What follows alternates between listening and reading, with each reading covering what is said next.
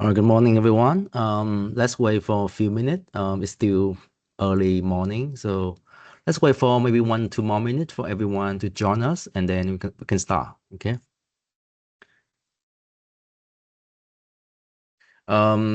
Just for quick questions, do you see my slide that I share on the screen? Give me a thumbs up. Show me some reactions. Yep. Thank you, guys. We're gonna start very soon. Okay.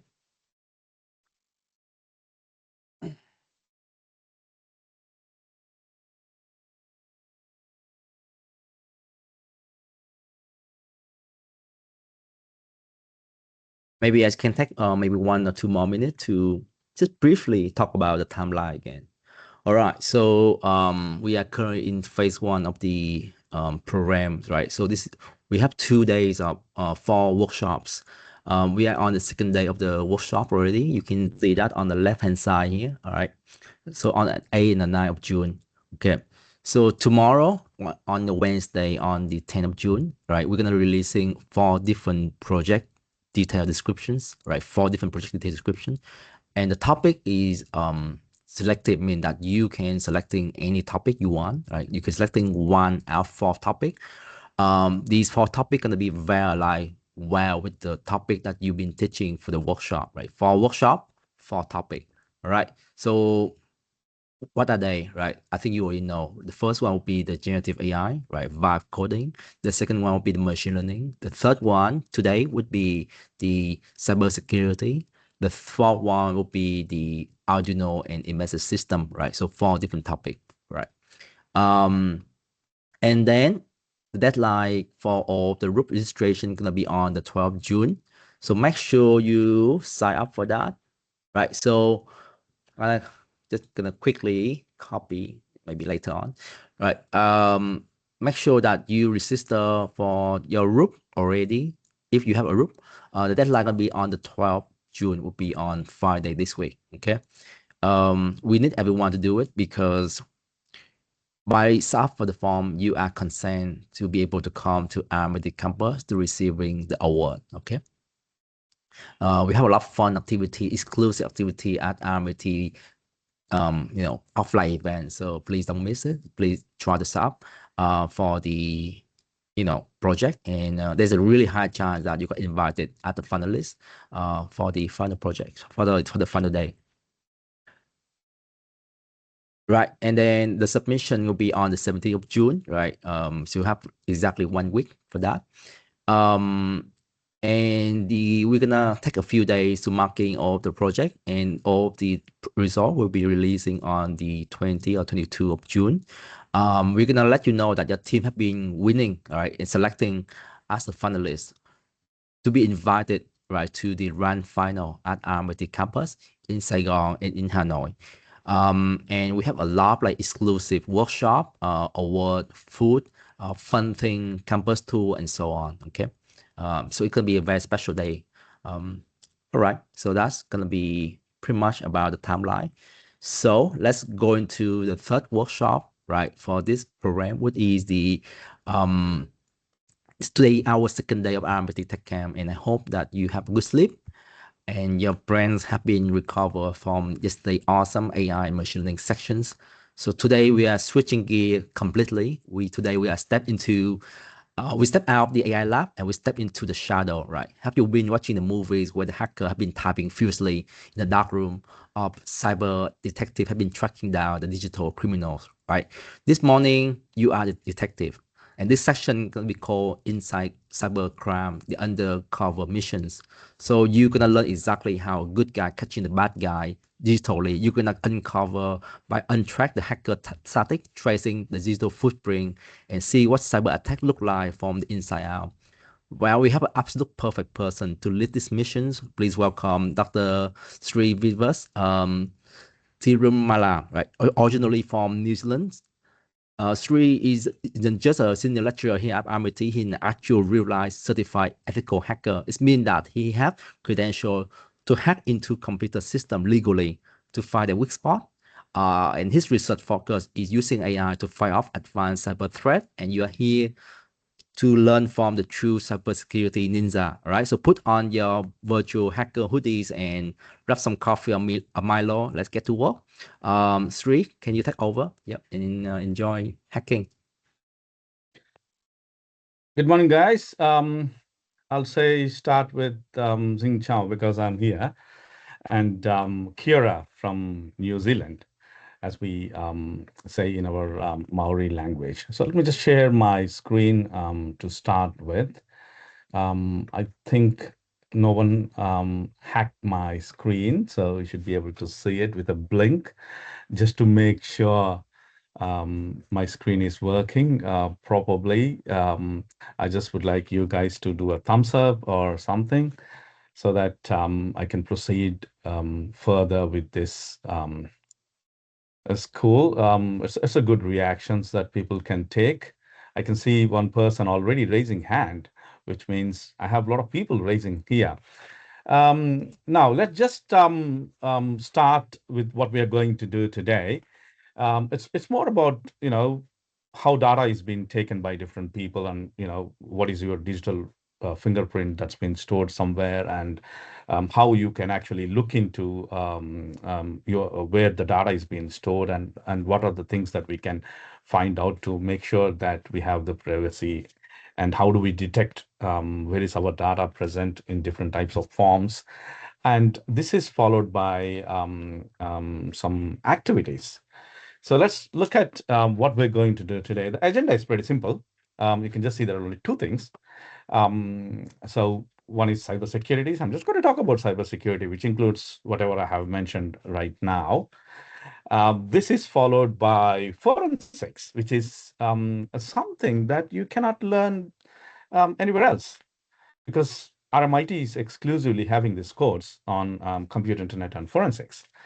Now, other than this, you might be wondering, is it going to be like a serious a topic, or is it something that we can just, do it? So let's try to put it this way. What we're going to do today, we're going to have this plus this. So it's going to be cybersecurity, but not directly. So hope I can hear the same cheer up from you guys when we start and when we continue this workshop. So let's look at how things are going to be. Before that, I have to get my pointer so that I can make sure that you are looking at the right uh, place. So now let's start the fun. And the first thing I would like you to know, you to respond to, is I just would like to find out from where you are. So can you just scan the QR and type in from which place you are from?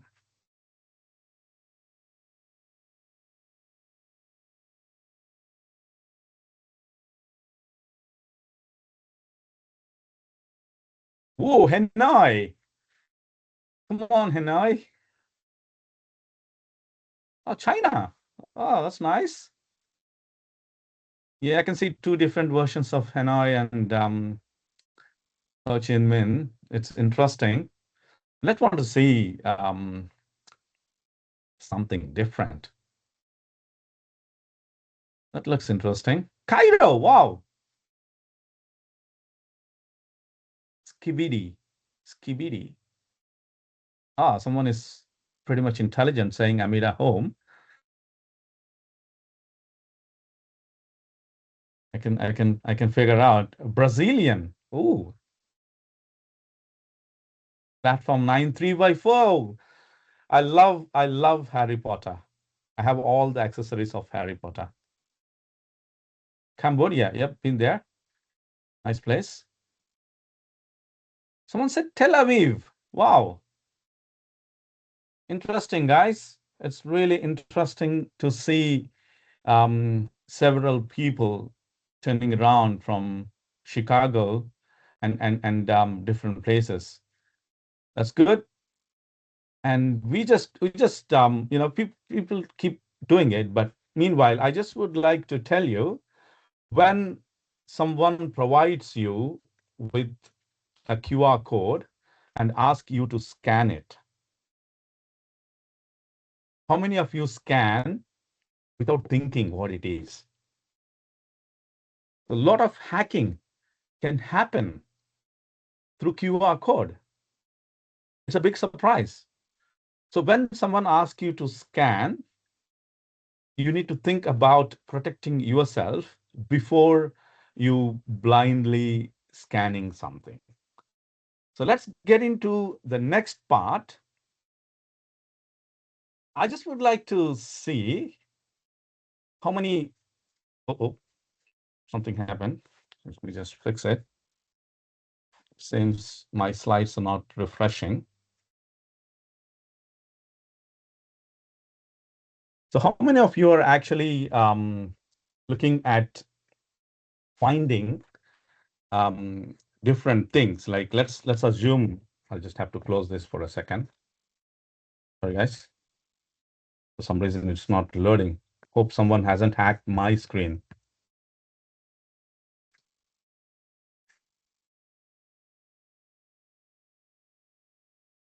Okay, this is something.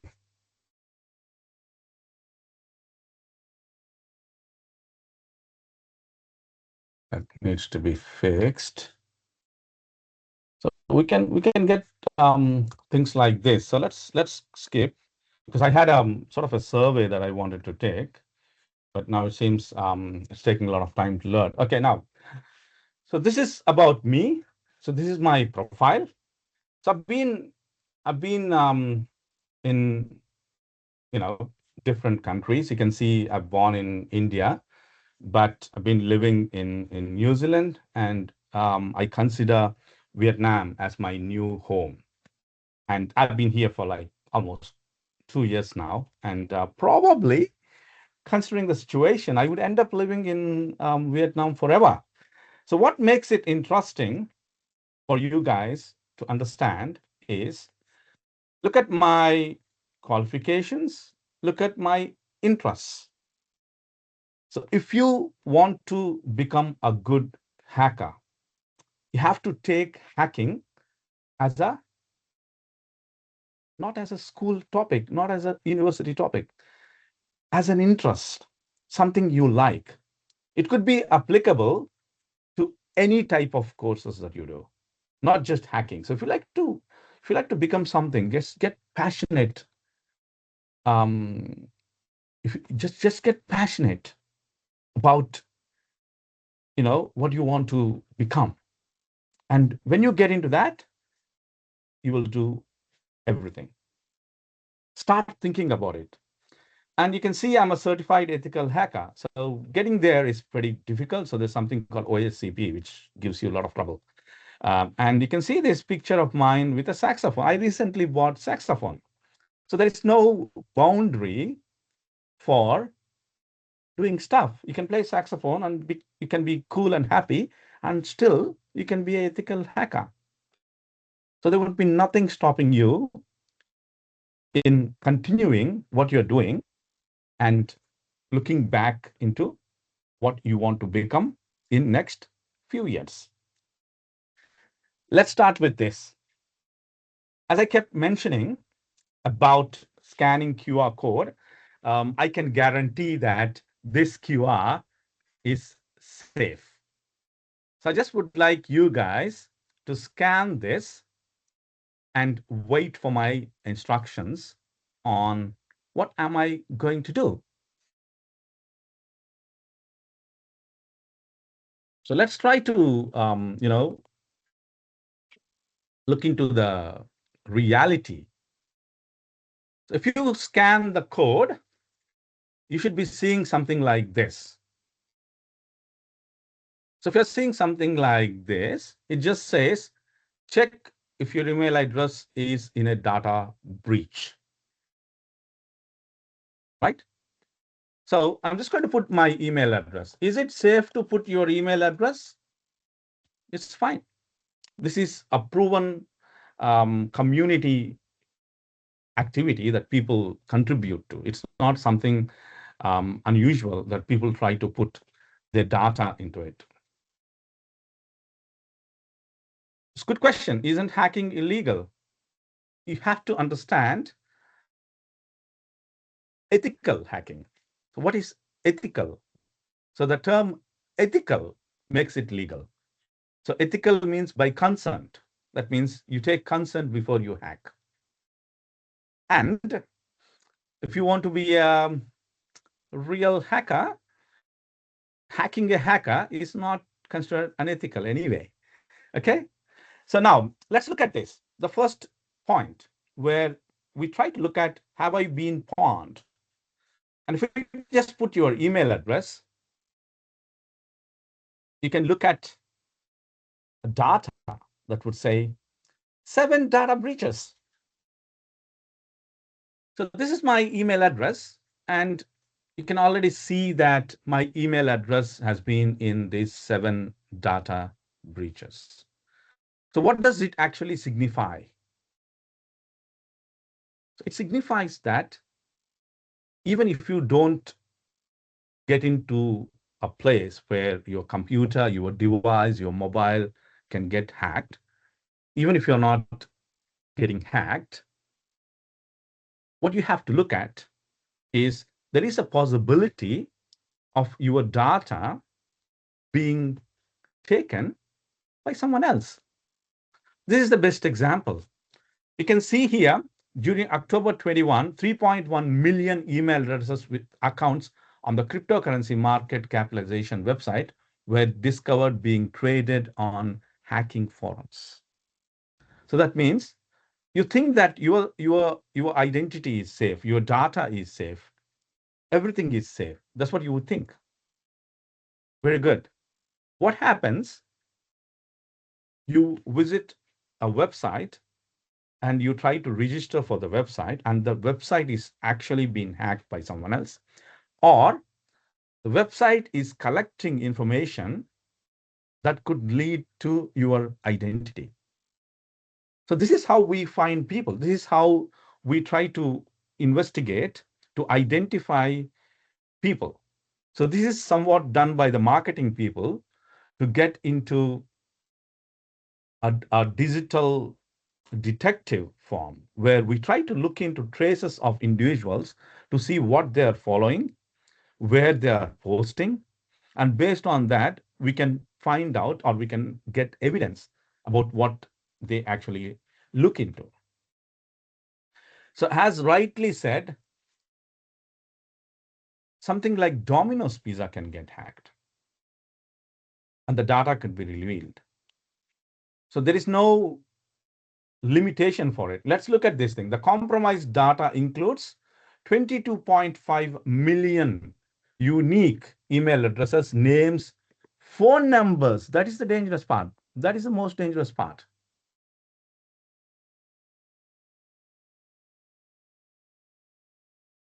So you can see how your data is being getting hacked. It's nice to see some good comments. They're really confident to be offering that much. I'll explain a little bit about it when we go further about these bounties. So this is the first part that we are looking at. Let's go back to the slide. So if you have found any of your data breaches, something that have, come to your notice, just make sure you are aware of these things. So how we do this learning? So how, if somebody wants to learn hacking, if somebody wants to learn cybersecurity, how you are actually going to do it? It's just not by reading books. It's just not ticking some tasks. So you go and get some exercises and try to tick some boxes and get your work done. But it is more to do with you actually living there, you actually being in that platform, you actually being inside the entire circle. Is it not dangerous? It is dangerous. It is dangerous. That's why we always look at ethical hacking. So we don't like to look at something that's illegal. Like you can't ask me, oh, can you just find out how many chocolates my dad bought last month to make sure that we have the same number of chocolate. No. So you look at ethical stuff and you look at unethical stuff. Some people try to get information about their friends and all this. It's not ethical, right? You will get caught today or tomorrow, and it's going to impact your life. It's just not something that going to leave you. So if you think about how we are going to look into these things, if you think about how we're going to proceed with these things, before actually moving, I just would like to I just would like to know a small thing about what do you think? What do you think about cybersecurity? So what is your let's put it this way, what is your thought about um, cybersecurity? So for that, we just have to look into taking, another sort of an online activity to make sure we are, going in the nice direction. So we have one mentee that is done. So let's try to do the second one, which is part of what I wanted to actually look at. Um, so which is this. So you can use the same QR and get to the second question. And what comes to your mind when you hear the word hacking? When you just hear the word hacking, what comes to your mind? That's what I wanted to know.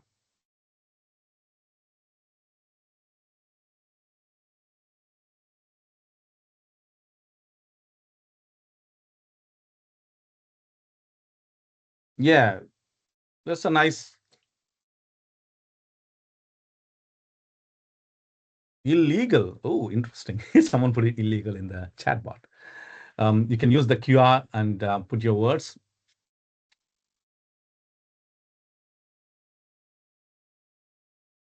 There are quite a few things that you can actually think about, but I'm just trying to find out about your interest towards understanding what hacking is, instead of trying to find out how you're going to handle or how you're going to tackle this hacking. So you can see there are several responses, including people talking about fun and coding, which is interesting. By the way, just would like to clarify, you don't need coding for hacking. If you know coding, it's good, but technically you don't need it. You don't need serious coding for hacking. That's what I'm just going to mention at this stage. And there are few things like being dangerous, whacking the firewall. Yeah, you can try malware, and I can see virus malware illegal as some of the things that people talk about. It's cool, yeah. So it's good. So people who think it's cool are the people who are actually going to get into cybersecurity. That's my understanding. So when you try to say that it's cool, that means you are actually trying to be getting into this cybersecurity activity, which is pretty interesting to actually express. But when someone asks me what do I think about hacking, I would just say responsible. So there are two aspects to hacking. Someone tries to get into your computer or get some data or try to get details about it. And the other side of hacking is somebody who is trying to protect you. So there are two things, right? One, someone who's trying to get into your data, and the other side is someone who is trying to protect you. So if we keep thinking about these aspects, we come to a situation where we start looking at how we are going to proceed further in our life with this hacking. Now, you can see this. We share data everywhere. Like we try to put data into whatever possible platforms that we have. And most of you have actually done it. And you can see when you look at Am I Being Pawned, you can see that there are quite a few places where your data is already there. So what we try to do is we try to put everything. And when we do that, when you put using your mobile phone, all the information, you try to create links, you try to put your friends, connect to them, you try to connect to your relatives, you try to connect to your family. We do all these things right now. And you have to understand that there are people looking for some money. So they got nothing to do other than just getting money. So everything else means nothing.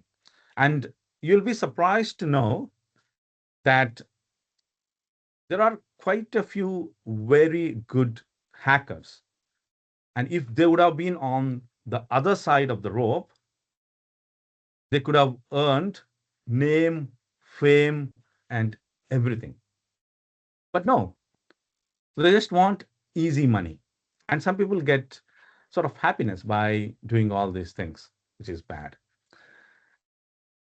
And this is the place in the middle where we come, people like me, or some of you who want to pursue your career in cybersecurity.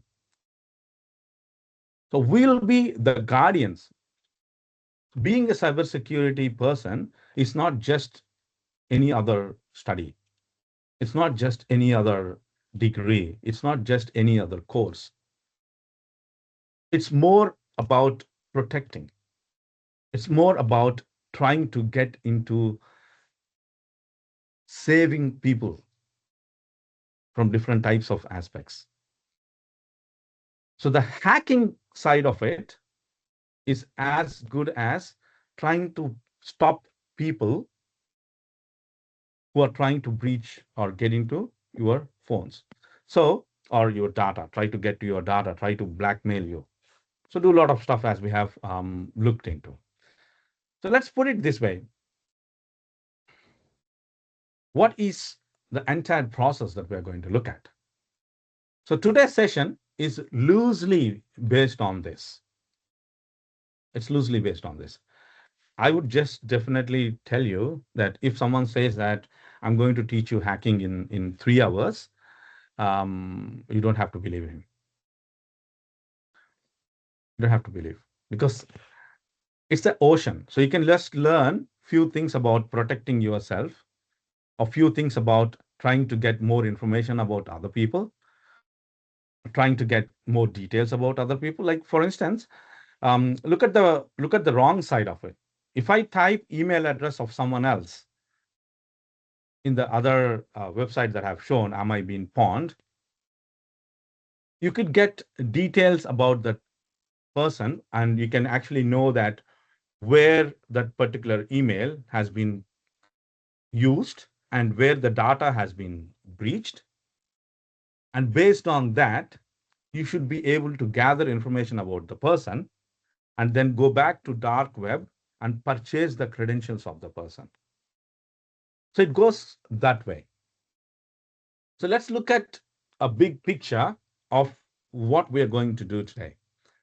So what we are going to do today. So we're not just going to look at where the data is stored or how the data is stored. We're going to look at simple ways of protecting ourselves. I don't want to give you like huge coding or something that takes all the day for us. No, I'm not going to do that.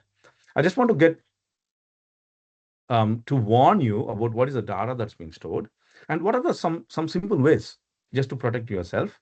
And then we're going to get into this entire task of how we can investigate.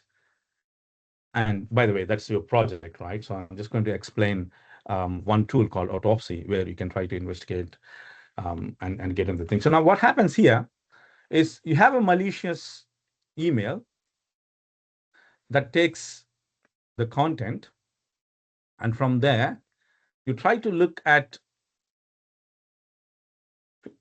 an hacking incident. So where something has happened and somebody tries to hack it, or it's been already hacked, or someone did hacking and after that removed all the evidences. So it can be as simple as someone trying to, trying to get data and then give their bank account details to put the money in. And once all these activities are done, they try to remove all their traces. So the task for us is to find out whether that incident has happened or not. So we know that somebody hacked your computer. We know that something got wrong. But how do you prove it? You may ask me why we need to prove it. If you don't prove it, you can't bring this person into justice. And if you can't bring that person into justice, it will keep happening. It won't stop from you. It's going to continue forever.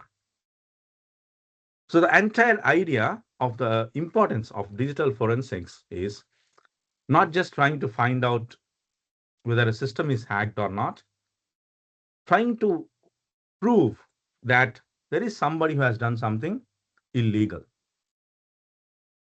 So how he has done it, you have to figure out through forensics analysis. So forensic analysis includes several aspects like forensic image station, where you try to acquire data. So as soon as you reach a place, you try to grab all the data that you have, make sure it's safe, and try to preserve it, and then look at the timeline. You might find some cases where the timeline is crucial. Someone says that I haven't done it. I was in Saigon when the incident happened, but you are saying that I did something in Hanoi. So there are quite a few things that you can look at. So the timeline is very, very important. People can change their time zones. Like for instance, you can change the time zone of your computer and delete some files, and then again come back to the time zone that you are in. So these things are quite possible, right, in the real world.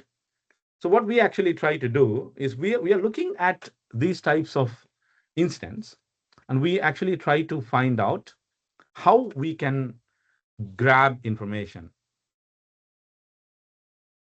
The important point here, why it is significant, why we are looking at this, why I'm not talking about just trying to hack into another system, why I'm not doing that. Hacking into another system is good, but trying to find out who hacked into your system or whether somebody hacked into your system, gathering the information and trying to bring the person into justice is more important. And it's more fascinating. So let's try to get into understanding this aspect. Let's try to look into understanding this aspect. What is the coolest job, if you ask me? Is it hacking or is it something like this? What is the coolest job? If you ask me, the coolest job here is real-time breach mitigation. So this is the most coolest job because somebody is hacked into the system and he's still there and everything is happening in real time. And you have to stop him. At the same time, you have to save your data. If someone is on your phone trying to copy everything, you can see that the copying is happening. You cannot do anything because your phone has been frozen or taken over by the opposite person. So in that situation, how you're going to react? So this is the most coolest job, but it's not easy to get there. You have to pass through several things.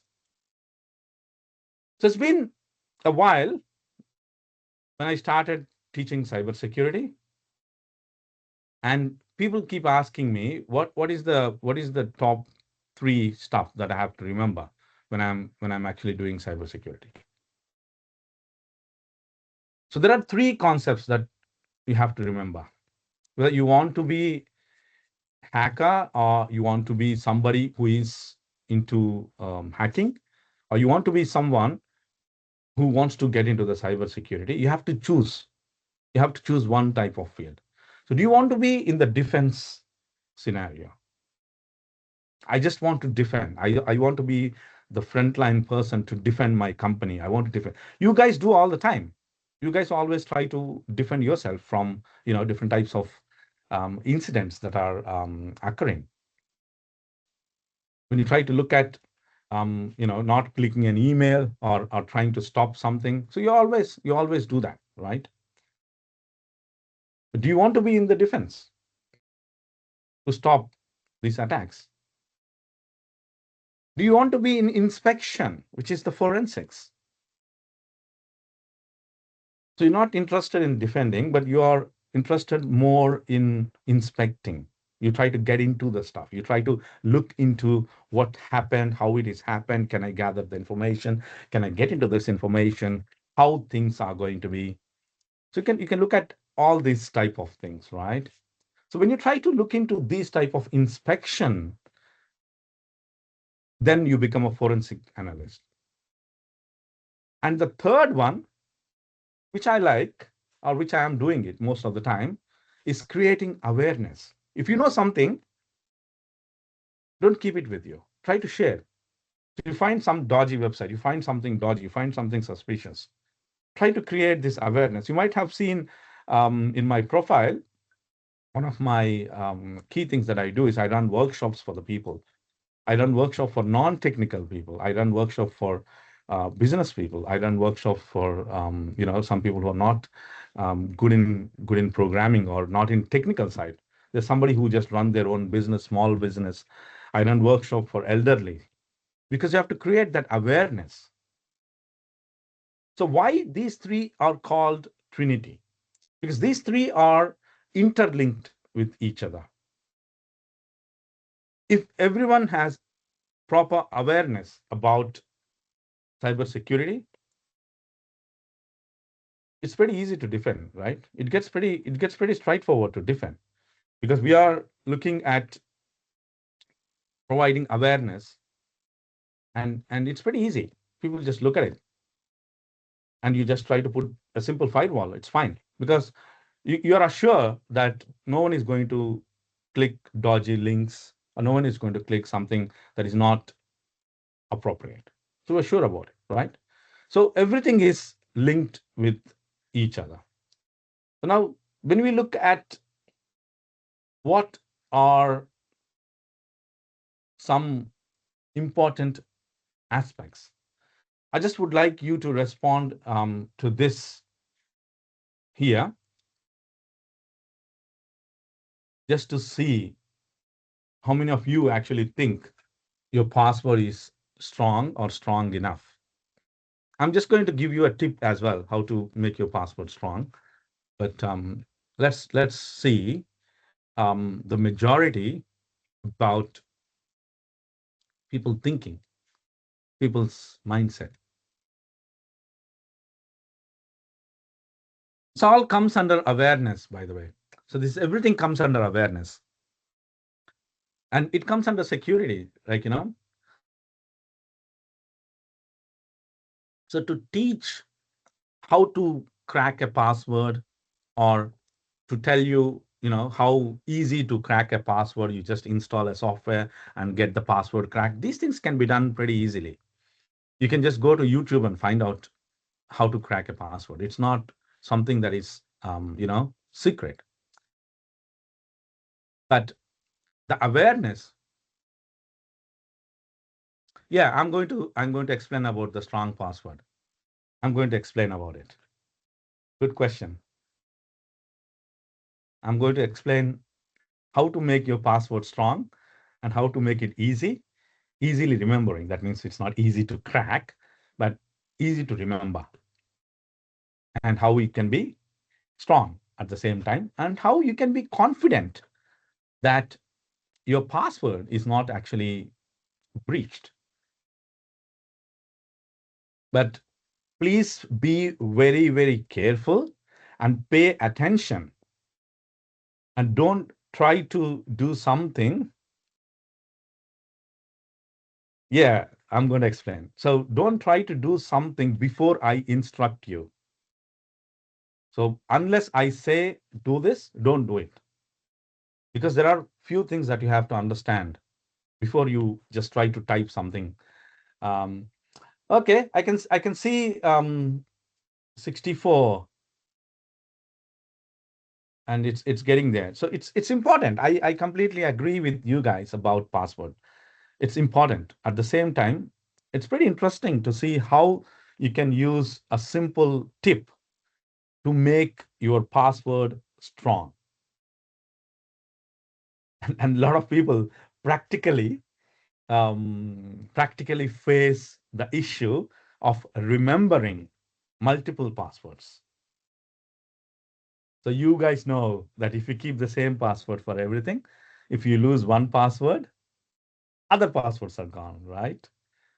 So you want to have a different password. So when you want to have a different password, what we try to do is we try to put the combinations. Yeah. So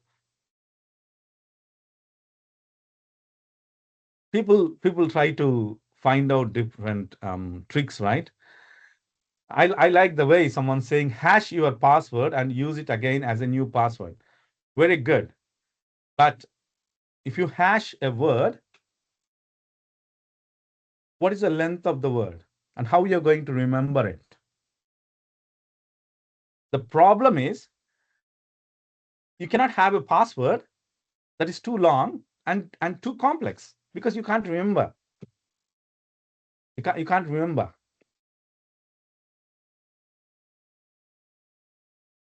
Yeah. So then if you save it to your drive, that's the whole point of it, right? Having the same password or saving it to your drive or same. I'll tell you a funny incident of my friend. He cannot remember the password. So what he has done is he put all his passwords in Excel sheet. Yeah, I'm going to come about the password management as well. So he put all his passwords into an Excel sheet, and he put a password for the Excel sheet. And he put it so strongly that he forgot the password of the Excel sheet.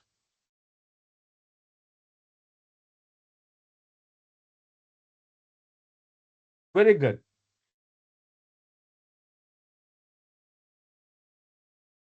Guessing is a different thing, right?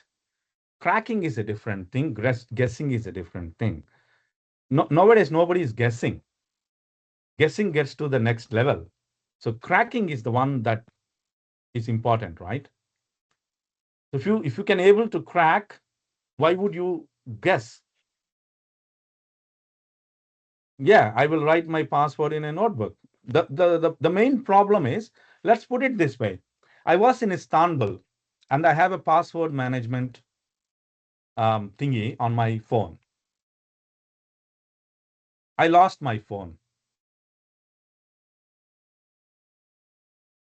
So when you lose your phone, or you want to log in to a website through another computer, so you can't install your password management software in every computer. You're just going, you're in an airport.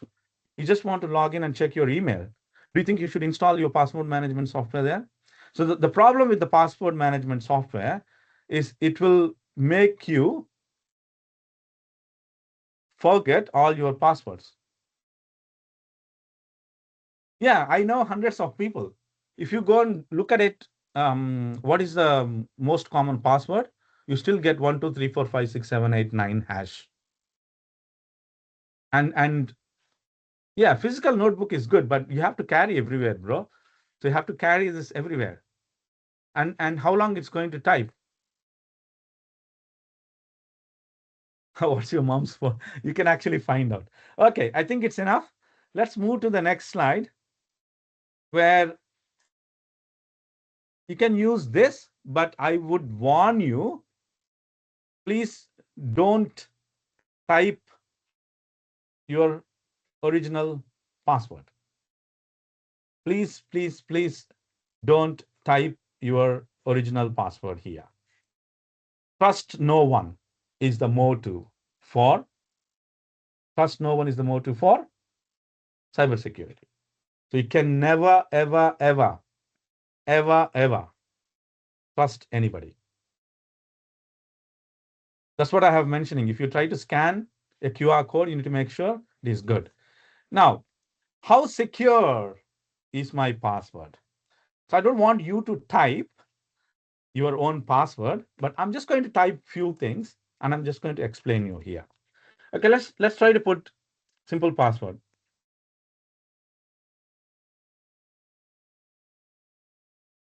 And you can see that this password can be cracked instantly. So if you ask me what I have typed, I'm just going to open, let me just try to put a notes or just put a pin thing. I'm just going to type the password in the,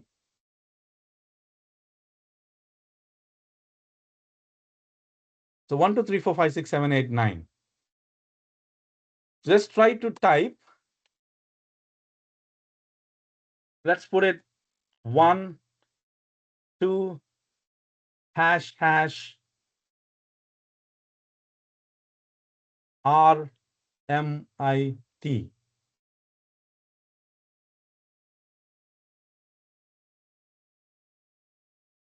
The password strength tool, trust by, it would take a computer about 8 hours to crack your password. So if you look at the strength of the password, it is always determined by entering different types of characters. If I put 1, 2, it takes 2 nanoseconds. Instead of 1, if I use an exclamation, a special character, and then put 2, it takes 15 nanoseconds.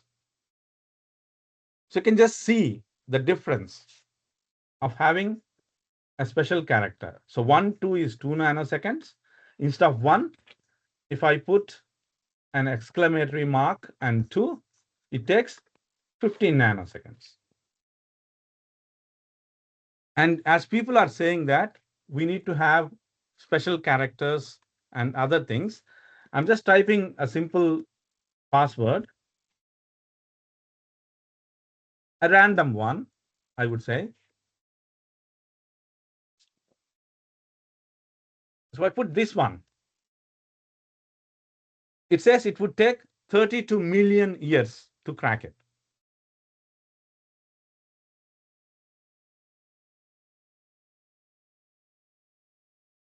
So if you look at this, it takes 32, right? Now the issue here is how you are going to remember this. Yeah, IZB takes 4 years. There are two problems here. The first problem is how you are going to remember this. That's the first problem. The second problem is everybody is aware about quantum computing. The quantum computers are coming. And there are quite a few ways. You should change. There are quite a few ways of cracking the password, not just through these numbers. Trying to gather more information about you and try to put similar keywords. So this comes to a situation where how we can make sure, how you can Yeah, I mean, there are tools to crack the password. There are quite a few tools that can be used to crack the password. So this come to a situation where how would we protect ourselves? How would we protect ourselves? How do we have long passwords? At the same time, how do we make sure that these passwords are easy to remember? The first tip I would give you is try to have the password in your own language. So what's happened with the dictionary? So if you look at how passwords are cracked, how this password is cracked. So it says 19 hours, right? So let's look at something else.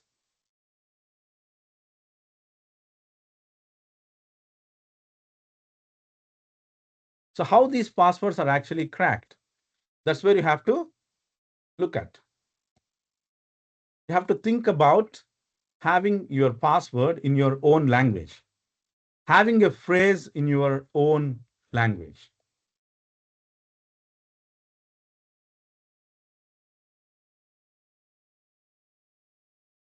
Flop, crop, citizen. 6 trillion. It's a good idea.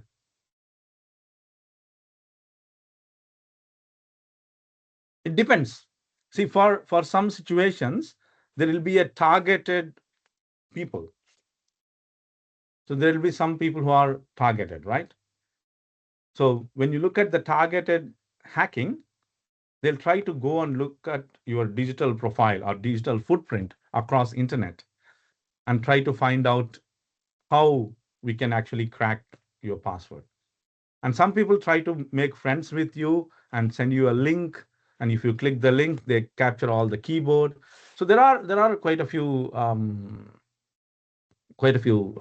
things that people look at. But the easiest idea or the easiest way to remember your password is try to put password in your own language. So as soon as you put your password in your own language, it it's automatically safe to some extent.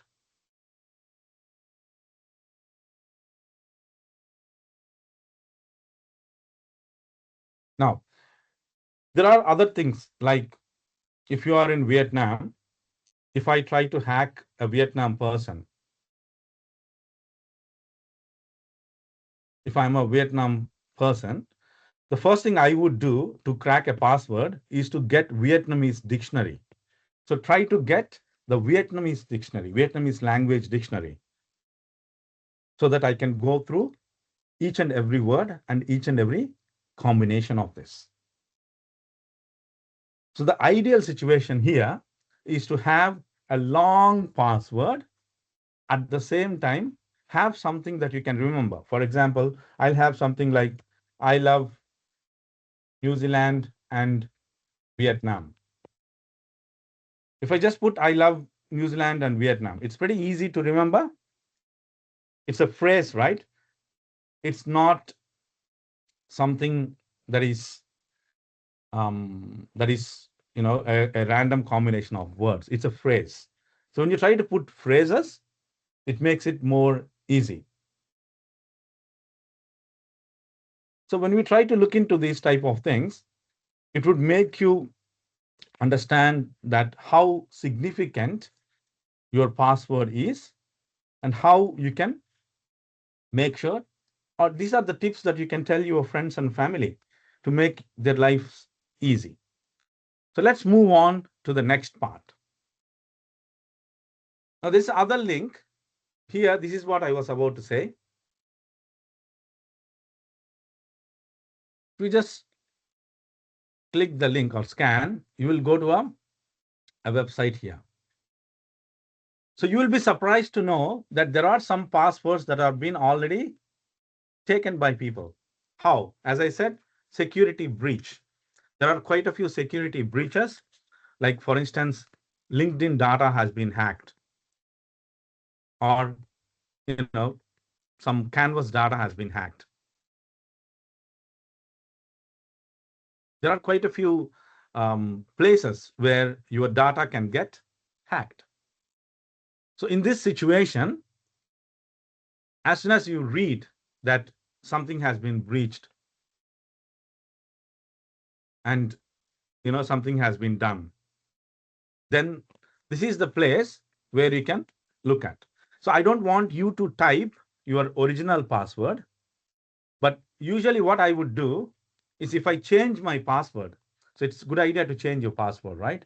So if I change my password, I would always type my previous password into it to make sure it's not breached. I mean, you can type your new password. It's not going to stop you. But for now, I don't want you to type to make sure that you understand the importance. So this website is pretty safe. You don't have to worry much about it. But as a sort of rules, we cannot encourage you to type your own password. So you can play around with this at your free time. But for now, I'm just going to type my old password and click check. It says good news, nothing was found. Let me type another password.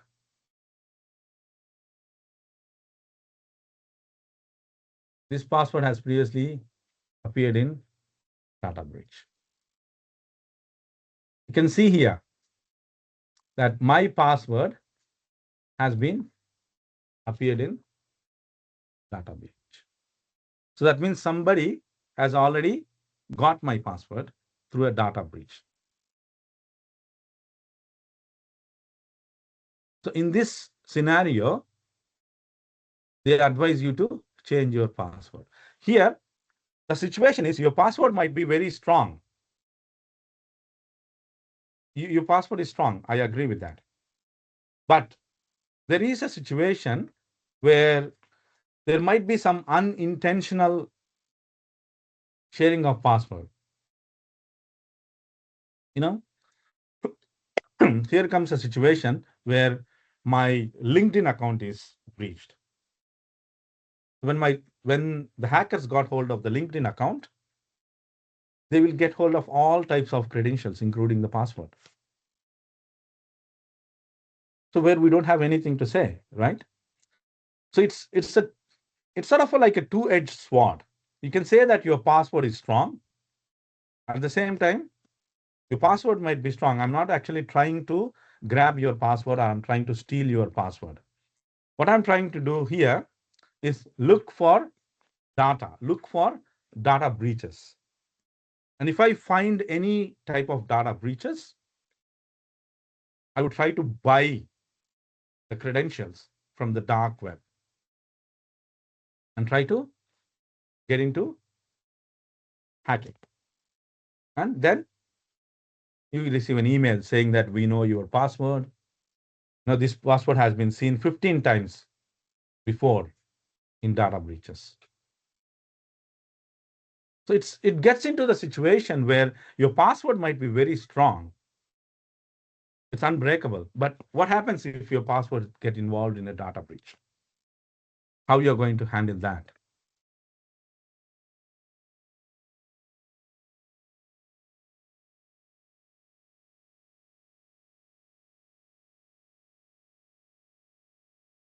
The main problem comes with unintentional sharing. Yeah, you buy it in the dark web. You're right. So the main problem comes here with unintentional sharing of details. It's unintentional.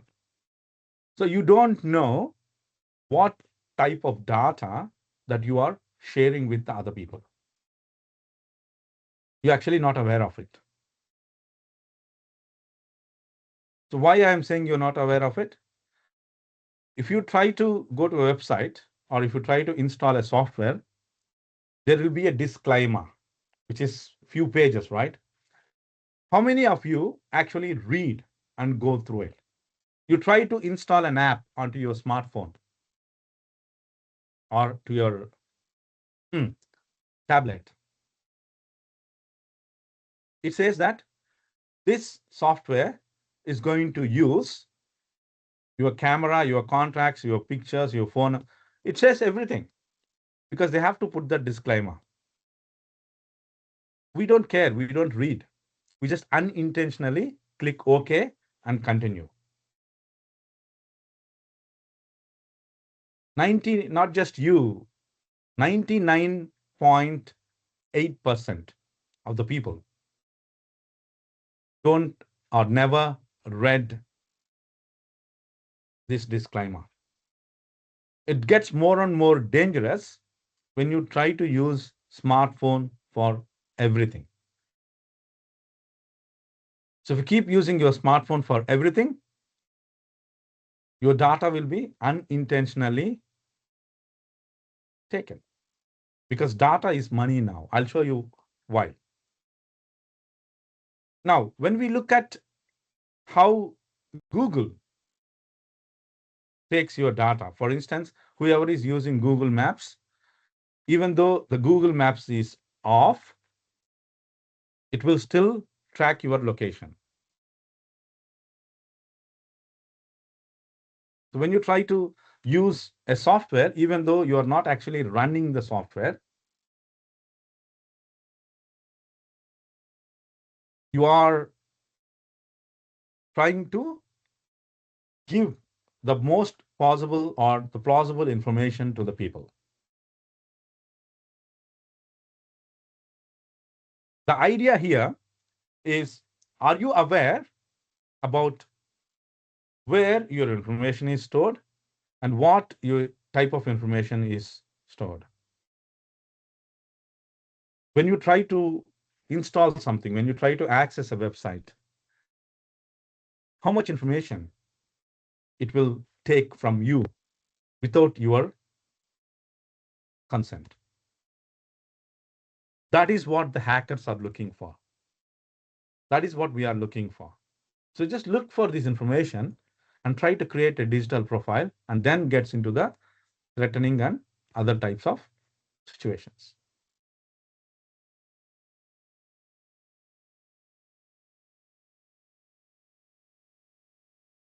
Okay, I just want you to scan this and put a question about cybersecurity. Let's see what are the questions I would get. Yeah, big companies sell their information. They do. The problem is we are not aware. If you go and look at Amazon, they are going to share, there is a disclaimer that says that we are going to share our information with other companies. And that includes Google, Facebook. And if you go and look at the Facebook disclaimer, it says that we are going to share our information with other people. And that includes Amazon, Microsoft, Apple, etc. So each of these big companies has a disclaimer that says that they're going to share the information into information with the other companies.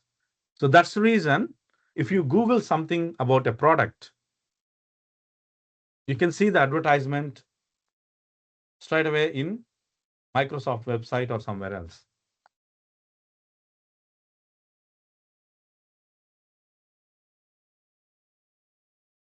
It's not Chinese AI models. Every AI model, everything that you type,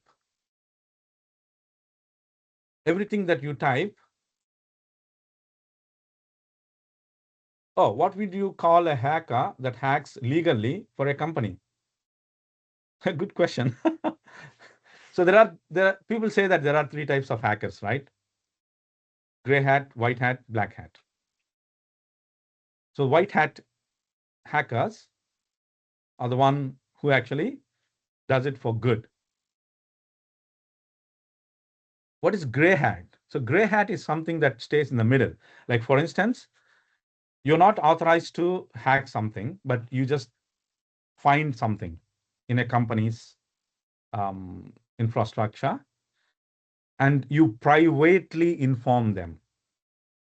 You privately tell them that your company has these things, so you can fix it, or you can ask me to fix it. What applications do you hack? Um, it's pretty tricky because you hack different types of applications to grab data.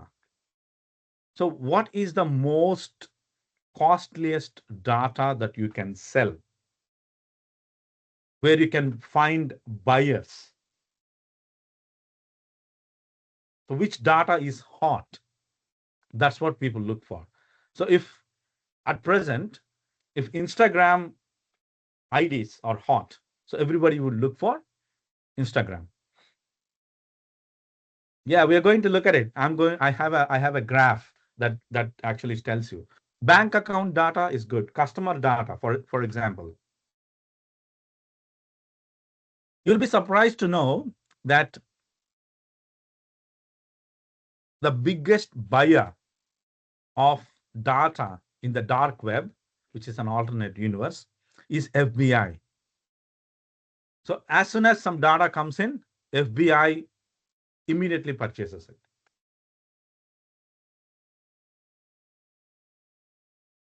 How is AI changing cybersecurity? Very good question. So when we look at how traditional approaches are used to make things better, we started looking at AI as an alternative to make things faster. So if you want to find something, you can just go and Google it. Instead, you can go to Gemini or any other AI, Gen AI tool to get the information in the required format that you want. I can just say, give me the 5 possible travel plans from Saigon to Hanoi. So that would give me a table the way I want. Whereas you can't do that in Google, right? So that's exactly how AI is acting in cybersecurity. So I'm doing research as a cyber intelligence researcher. People try to create new malwares. So what you try to do is you try to generate new and new variants of the malware using AI so that you don't have to rewrite anything. So AI is used to make things autonomous, make things faster, try to get more combination. Can accepting cookies from the website cause you to get hacked? Yes. Yes. That's how they have the tricky situation, right? So now you have accept everything, reject everything, and accept some. So you have to go and look at what are the cookies that is actually looking at. Not just hacking, these cookies are responsible for sharing your information.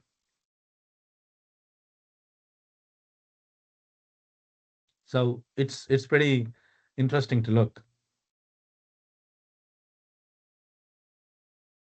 So does anyone, okay, it's a question for people. So I'm leaving it. Okay, 2FA. Okay, this is the myth about 2FA. So someone has mentioned about recent Canvas website being hacked by shiny hunters.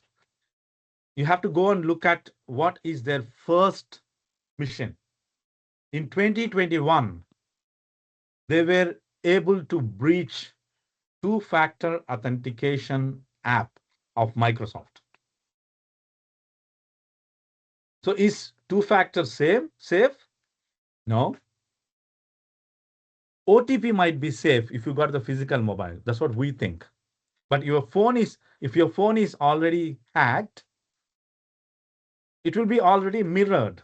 That means whatever SMS you receive onto your phone, the hacker will get it. So the main idea here is try to have multiple, try to have multiple situations.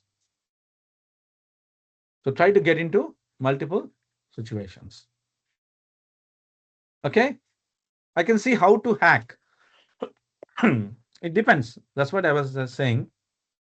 It's It depends on what you want to hack.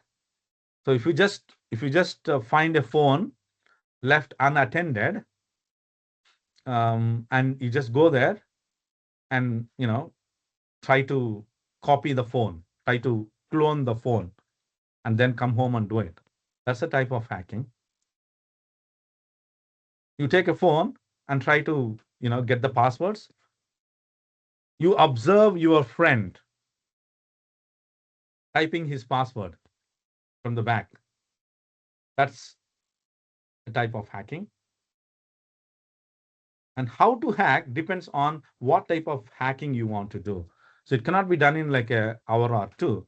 But I would always advise you to start with basic stuff.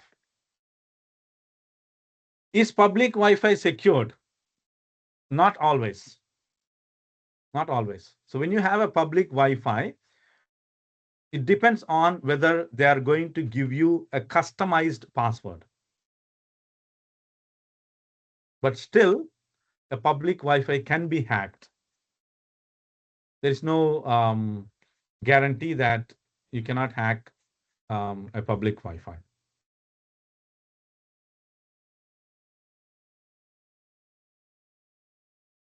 So I think I have done some good answering, but I just would like to mention at this stage that hacking is something that keeps happening irrespective of whatever you try to do it. Even if you're not involved in anything, as soon as you install an app, your data goes somewhere and some people are looking at your data. That's it. The only point here, what we have to understand is whether we actually know that we have been hacked or not. So this is some stats that I would like to put in before we move further into the session.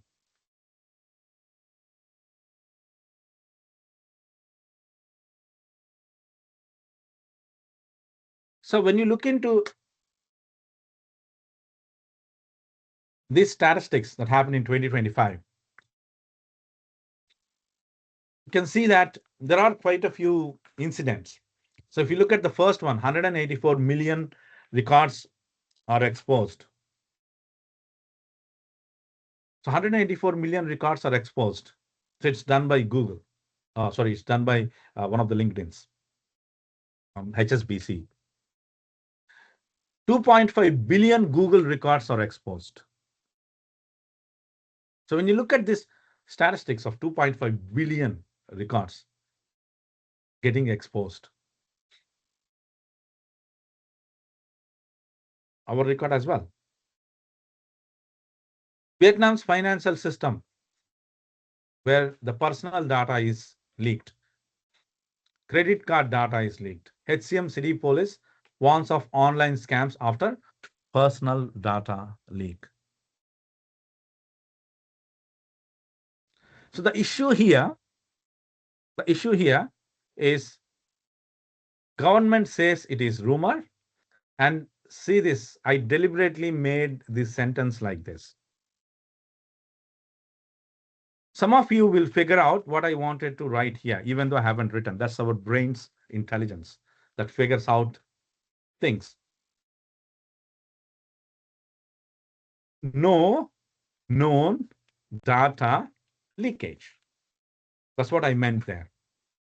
Now, why I have written this is when you look at information that is propagated, it's always half knowledge.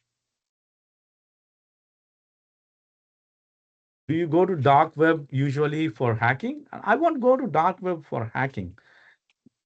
I try to look into dark web for some other purpose, not hacking. And you have to look at the legality. Is it legal to get into the dark web? Make sure you look at the legality. So you go to usually you go to dark web to find out what's happening in the hacking world. So to see what are the breaches that's been done. That's what I was about to point out here. My point here is Government says it's rumor, no known data leakage. It's a half information. So when you look at this, 184 million records are exposed, or 2.5 billion Google records are exposed. So the breach would have occurred in the month of May, and they will reveal it to the world in the month of September, because they don't want to get their reputation damaged. That is the biggest problem. Because if you tell that something is being hacked, everybody would try to get panic. At the same time, they know that it's been hacked and they're not telling us. Our data is getting sold everywhere. This is the same problem with that bounty I was trying to say. So you find an issue with Apple. Why they are paying such a huge amount? They're paying such a huge amount just because they don't want you to reveal it to the world. So they're not paying money for finding it. They're paying money to keep you shut. Don't tell anybody that there is something like this. So FBI, according to, if you look at the last release of iOS operating system, 26.1.3, there was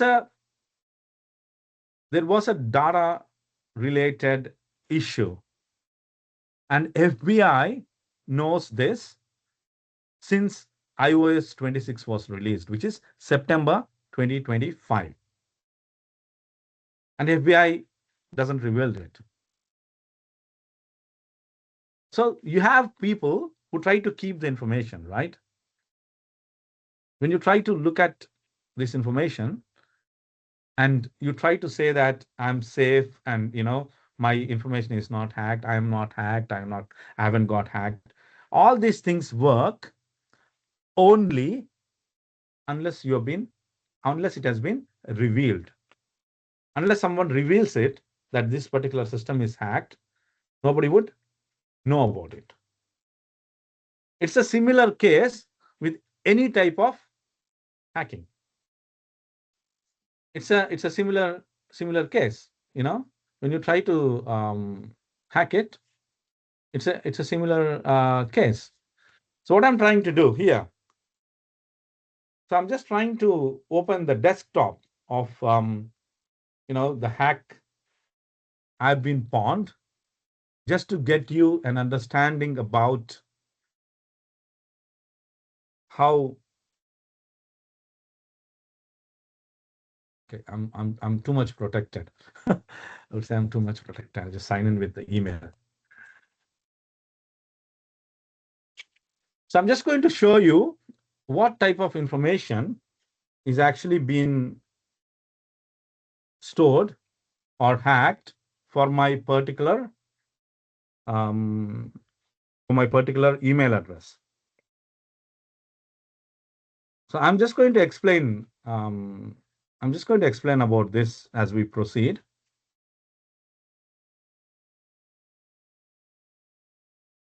And with this, when you try to sign in to see what you can actually find.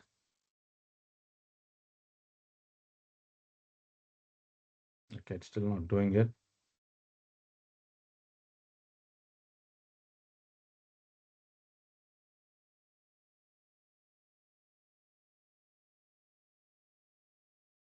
Just do it.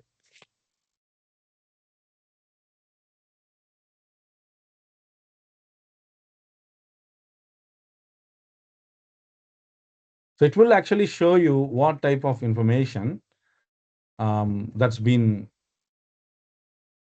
used and how it is being looked into. Okay, I got it. Now I can share my screen here. So you can see that this is the information regarding my email address. So if you just put your email address, it would give you details about what is the data that is being exposed. What type of data that's been exposed.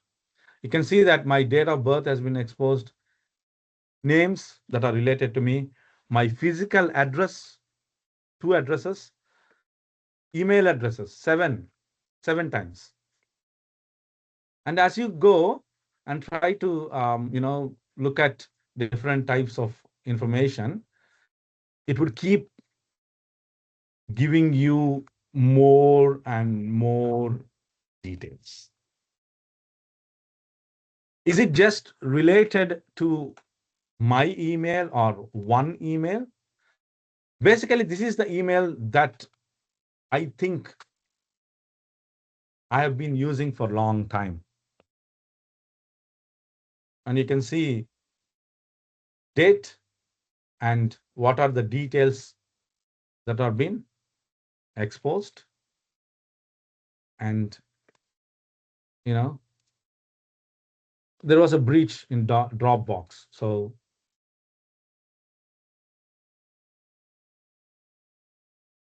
when we look into this type of things, we should feel like, my data is gone. What am I going to do now? And all these things. It is fine, but we should be more cautious. So what I usually do is I'll have my private email, which I won't put it anywhere. And I have another email that I use it for everything. So you have to segregate your emails. There's nothing wrong in having 2, 3 email addresses, right? But you need to make sure that you have segregated your email addresses. So make sure you have one email for your travel. Make sure one email for subscription. Now, if you are having an Apple account, you can get a different type of subscriptions, which is on a different note. So what I just would like to mention here is you can see that there are quite a few details, and you can link this to the breach. It clearly says that attached accounts 22.5 million, breach occurred March 2021.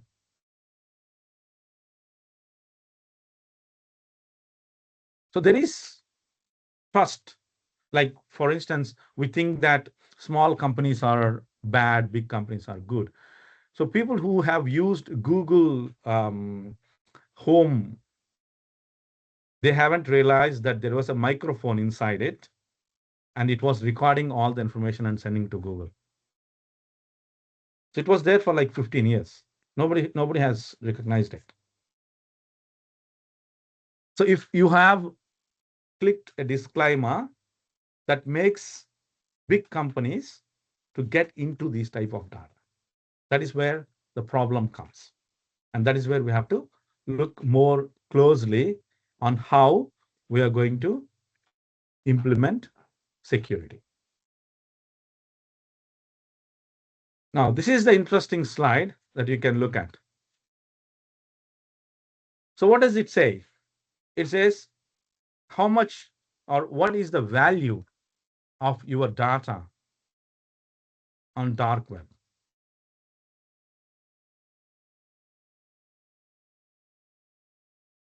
So you can see here that if it is something related to online banking credential, it would cost at least $100 to $120. And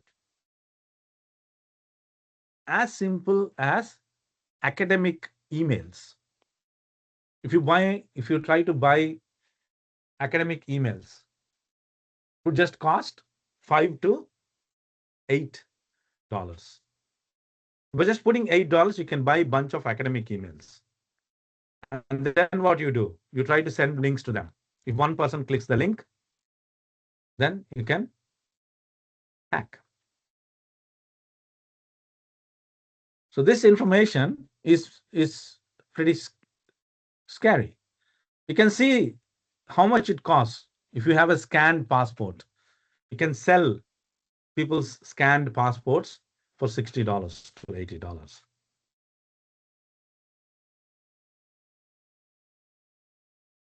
So that means if someone is a bad person looking for data, he could easily go to dark web and spend some, few hundreds, and gather all the information.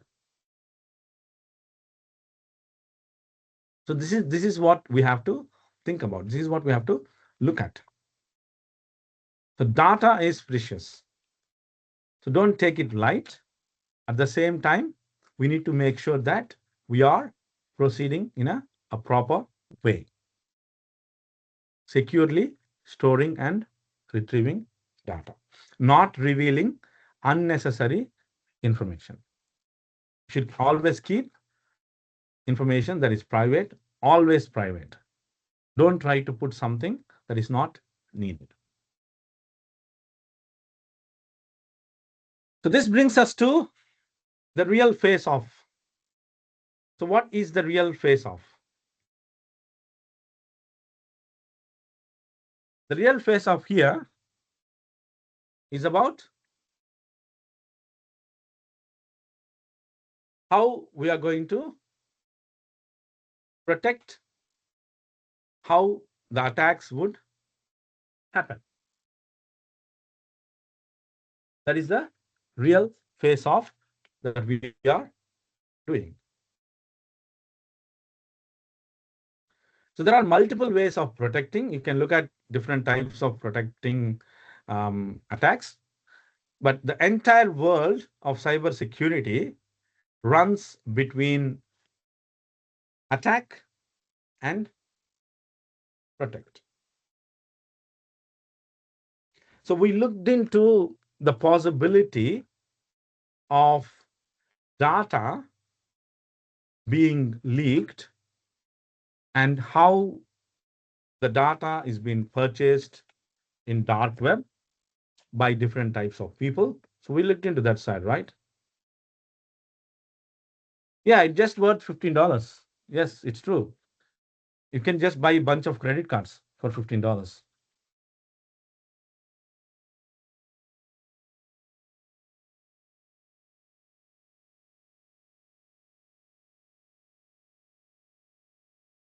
Yeah, it's a wholesale price. You get a bunch of them. It's a wholesale price. That's what surprises, right? So, you know, that's the reason why we have to protect ourselves. Now, see, coming to this point, this is a simple example of how your data is getting tracked. So if you have Firefox, you might be always looking at different types of software or what you call the add-ons that would help you to stop ads or block unwanted stuff and all these things. So Firefox add-ons are one of the most important things that people use. It is, as I said, two-edged sword. Some people use it to track you. Some people use it to protect you. So if you find a cool Firefox add-on and you try to put it onto your browser, a Chrome add-on, and you try to put it onto your browser, there is a high chance that it is collecting a lot of information from you. Imagine if you just type a website, let's type google.com. If you just type a website, this is one of the most famous add-ons for blocking ads. I just clicked it. And you can see it on the slide as well. So you can see that these are quite a few stats about different types of tracking.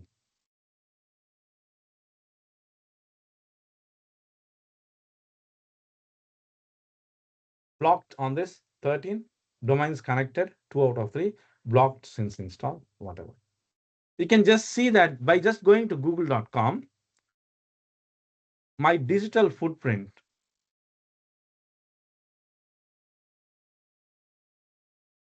is actually taken by Google in and put it to so many different blocks. Now, let's try to look at one of the good ones, which I like it. It's called Ghost Tree.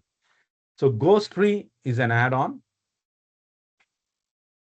and it gives you information about, as people are saying, cookies and other things. You can see the site analytics is one, advertising is one. You can see how it is cracking and how it is getting all the details.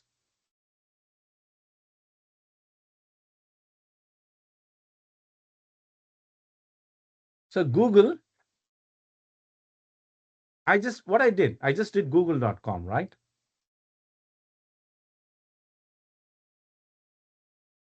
How many blocked? Can you see?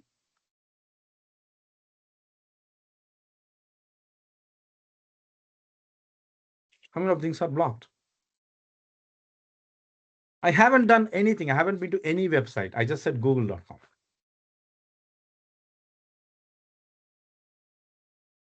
Now, I'm just talking about only things that we know.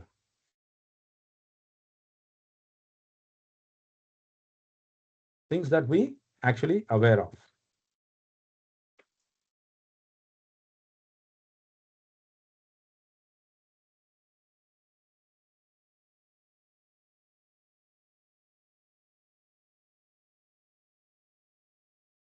So this gets to a situation, unfortunately, where we have to bring the awareness about what information is getting collected and how this information is being shared and what type of information that it is actually leaking.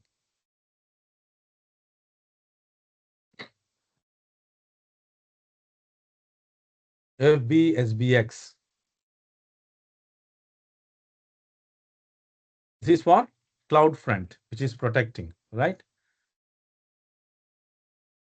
So by just typing one simple, I'm not even getting into more details about this. I'm not even going and looking at different types of cookies that it is tracking. What are the cookies that it is storing?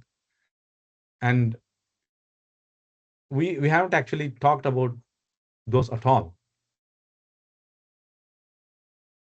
So what is this telem? Why it is tracking me? Who has authorized it to track me?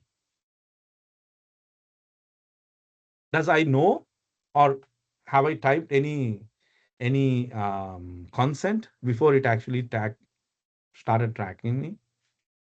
Telem is a provider of tag management technology. The Telem University tag is simplified tag that can work with various combinations of web analytics and digital marketing solution providers. This translation engine lets non-technical web analytics practitioner map collected data into vendor-specific values.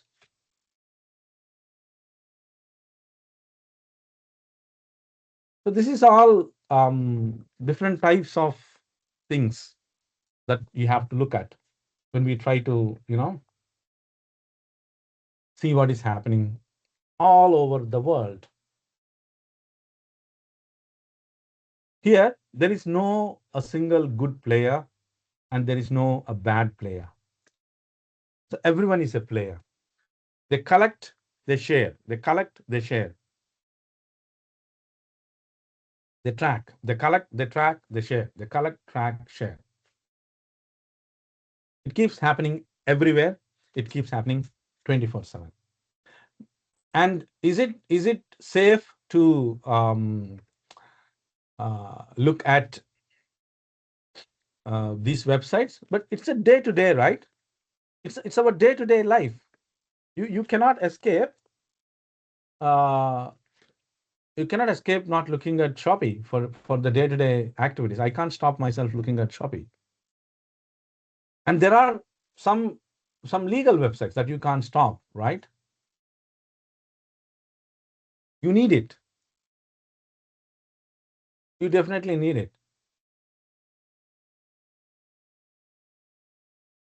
So it could be something that is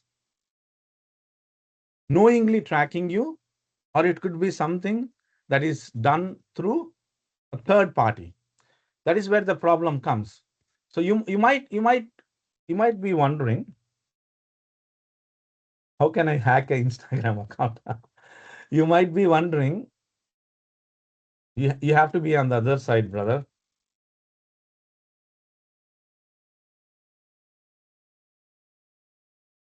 You might be wondering, is RMIT, I'm just putting RMIT website here. You might be wondering, is RMIT tracking everything? See here. Do you think RMIT is doing this?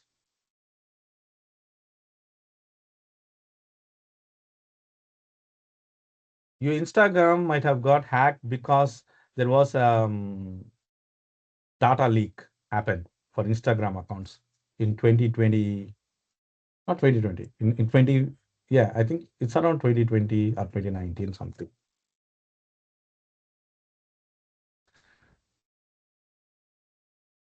Okay, I'll come to this after I answer this question.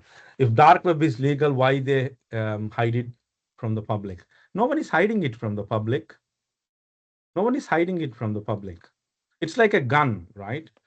So you want to have a gun license. You want to get a license, right? You can't just go and buy a gun. Why do you need a license? To make sure that if you have used the gun unauthorizedly, they can catch you. Dark web is like that. Dark web is like, there are ways to get through. I'm going to explain about Ghost Protocol, how to get through all these things. But as I said, it's like a tool. And most of the time, it is open, right? It's not governed or managed by a person.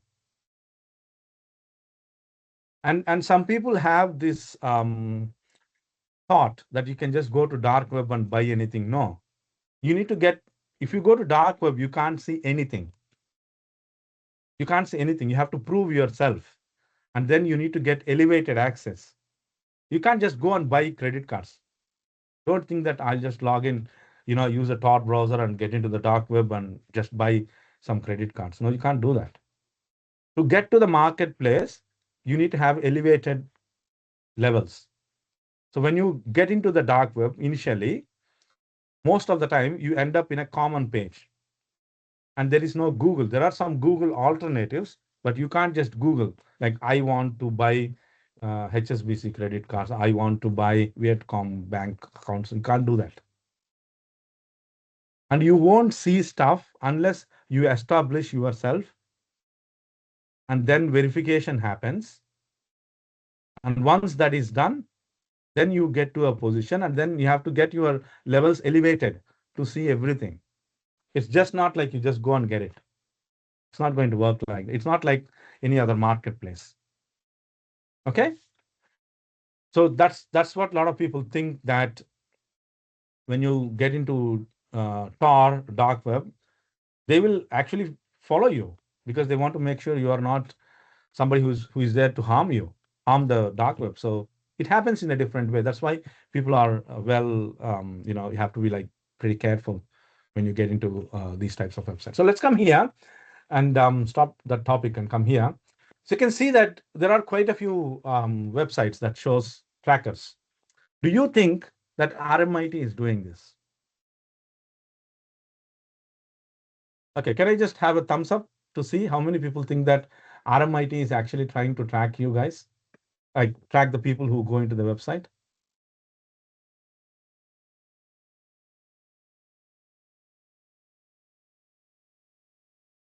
So few people are thinking.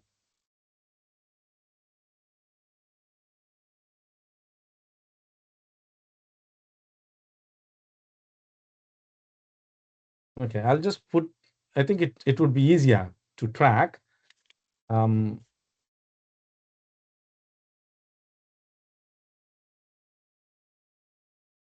Yes, no, I'm just putting a poll that would be easy for people to vote rather than, trying to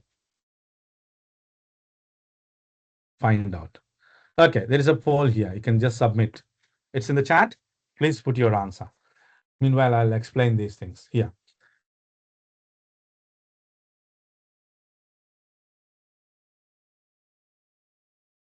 Please submit your votes.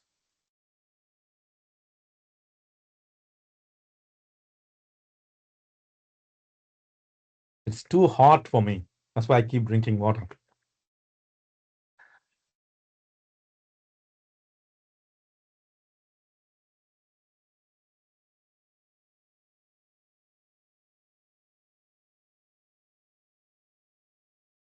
Okay, it's going between yes and maybe. Only few people think no. Interesting. Very interesting. Very, very interesting. So this brings to the point about awareness that I'm talking about. Why I keep talking about awareness. That's the reason why I keep talking about awareness. So while people are voting, let's look at this U block and try to find out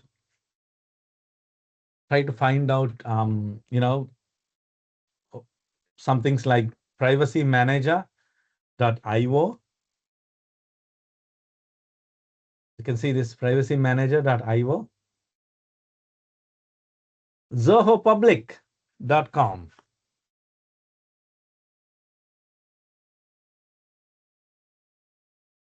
Don't you find it exciting?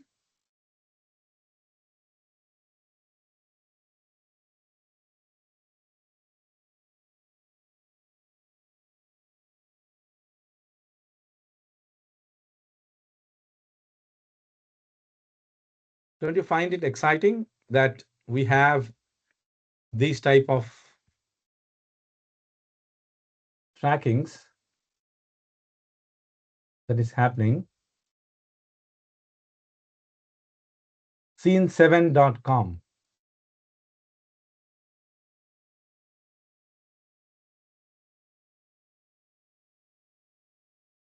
We don't even know what this is, right?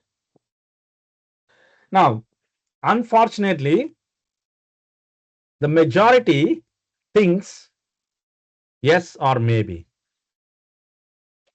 Clap for the people who said no. No, RMIT is not doing it. The thing is, when you try to access some services, these services come with this lineage, which means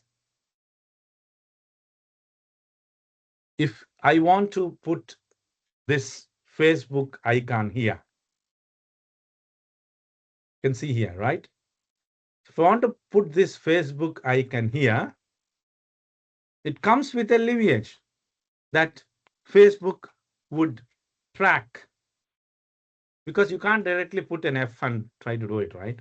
You can't just put this icon here. So you have to go through a process where you embed a code that directs to the Facebook. So the code is actually a block that is embedded into your web page.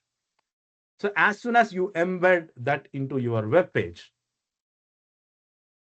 Facebook takes all the data. So just to get this link,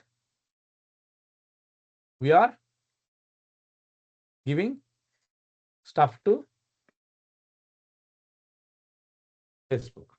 You can see here, it says Facebook Connect. So the Facebook Connect is the one that is used to connect through the Facebook, and that is taking all our stuff. So whenever you try to create a website, whenever you try to visit a website, as I keep mentioning, we don't actually know what's happening in the background. So similarly, there are quite a few links that would give you this type of cookies. Also, this type of advertising links and other things. We haven't even gone through more deeper aspects of cookies and other things. We haven't actually gone. So Adobe, Google Tagger, Live Ramp, consent management. You can see. So these are the trackers. And if you don't have these add-ons, your data is gone. Is it not fascinating? It's fascinating, and at the same time, it's scary. So just to get a bit more about this, let's look at fingerprint.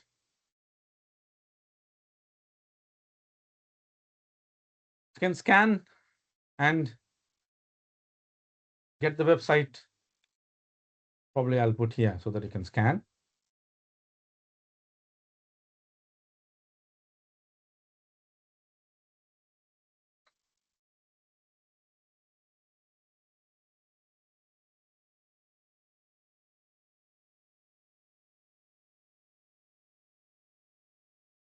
So if you scan this,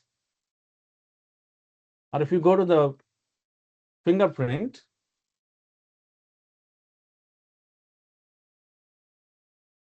the website uses cookies or similar technologies.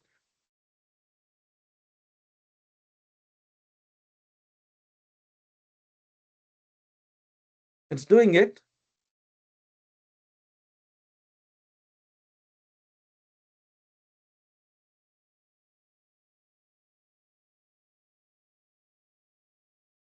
So by just visiting a website,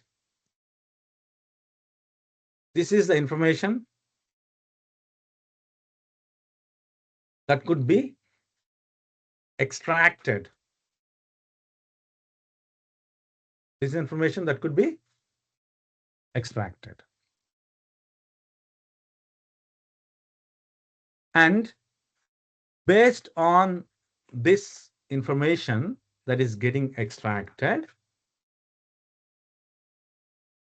the website is saying, am I unique user or am I one among several people?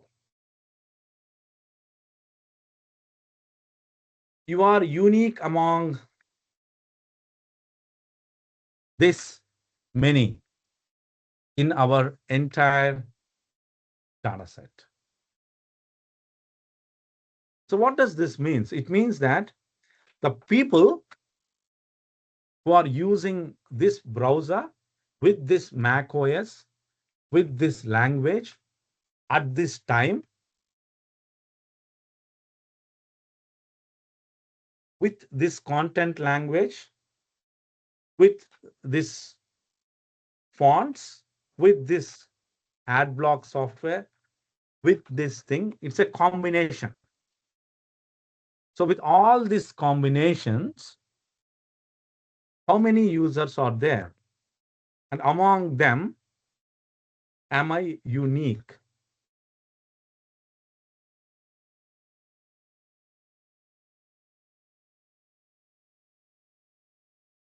Oh, okay, sorry.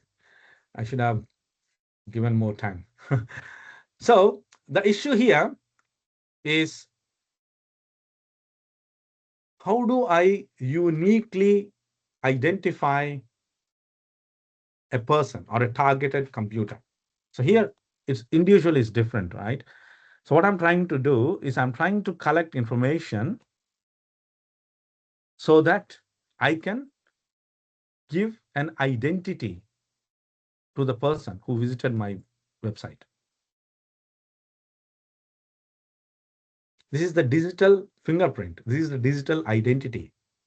I just gave an example. This is some information. There is a lot of information that could be collected.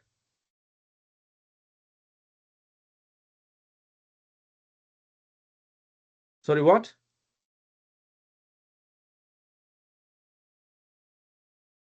You guys not getting the QR?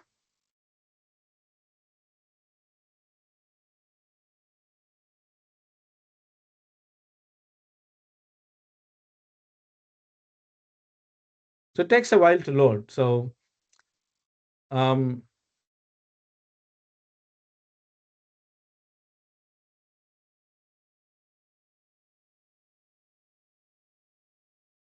okay, thanks. So that's the URL.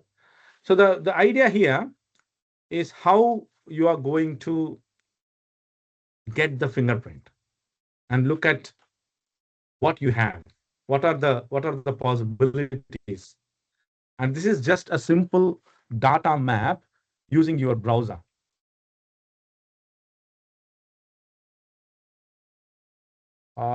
Maybe some issue. I'm not sure. Sorry about that.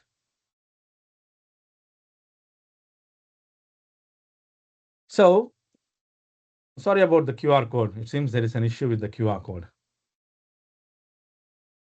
So the idea here is based on this, how a person can be digitally identified. That is what we are talking about. And we're not even looking at the data that can be grabbed,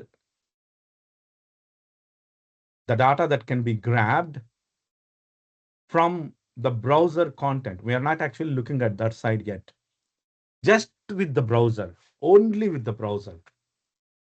If you go and look at what are the possible storages or storage locations that browser is allowing to look at, then you can get more and more information. It could be something like saved passwords.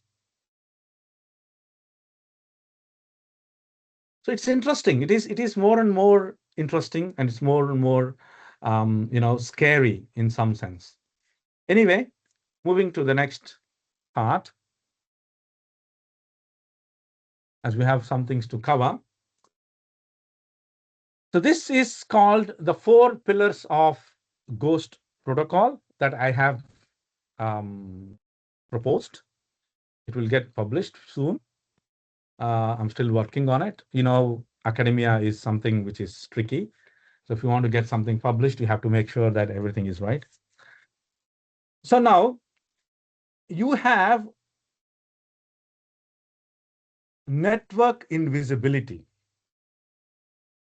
So something where if someone is trying to scan you, so people randomly scan the websites. If someone is trying to scan you and randomly check, there are tools for that. I just want to go around and randomly check to see, everything is fine. Or can I catch some people through their IP addresses?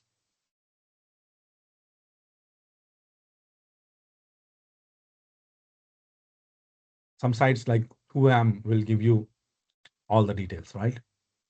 So network invisibility is one of the key things where you don't want people to look at you.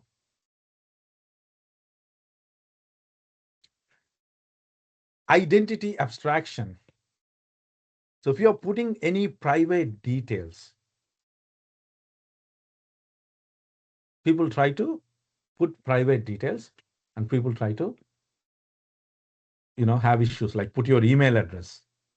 So you have one same email address for your banking and for your private stuff. So you give your identity. Browser hardening. That means you try to harden your browser in such a way that it becomes really hard for people to track the information. Asset sanitization. This is very, very, very, very important. A lot of people just try to browse something and clear history and leave. Clear history, clear cookies, delete, empty recycle bin, if possible, uninstall and reset, still we can get it. There are quite a few ways of doing it. Let's go deeper. Let's get into this part. Protection. So if you look at network invisibility, Tor browser is pretty good. Tor browser is typically used. What browser should I use? Good question. You can use any browser, but you need to make sure that it is protected. So the problem here is if I use Firefox, I should know what are the add-ons that I put, because there are few things that websites can track, even though you stop. But for privacy, Firefox is the top. Yeah, Tor is for different purpose, but I'm saying it's hardening, right? So for regular browsing, I always use Firefox with privacy settings, and you have to go and look at the different types of settings to see, so I'm going to come to the VPN. So Tor browser is pretty good because it does IP masking and other things. Opera, see, the thing is, no browser is not secure, and at the same time, not every browser is secure. So you have to look at the privacy policies of different types of browsers. So when you go through the privacy policies of different types of browsers and how much control you have, I found Firefox is better. So you have to prevent your identity, right? So IP masking, one of the way to prevent your identity. So people should not know. That's why people use Tor browser, because it hardens the tracking. Because when you try to get into dark web or similar, people can track you, right? Yeah, you have to look at security and both. And when you look at VPN, so a lot of people say that VPN, if you have VPN, it's good. The VPN is great. VPN is great. It would give access to you as if you are sitting in a different location. It could give access to you. But the problem here is VPN also storing your data? So you are going through a VPN, I agree. So how VPN works? You type something, you get in, and VPN takes your input and sends it to the server, gets the data from the server, and then gives it to you. So VPN acts as a middleman. Is VPN also storing the data? That's the question that comes. And with this question, I want to pause for 2 minutes, and I'll give you, it's like a break. So you keep thinking about this. I'm going to keep the slide, but I'm just going to give you 2 minutes break, and we'll be back in exactly 2 minutes, which is 11:01, and we will continue.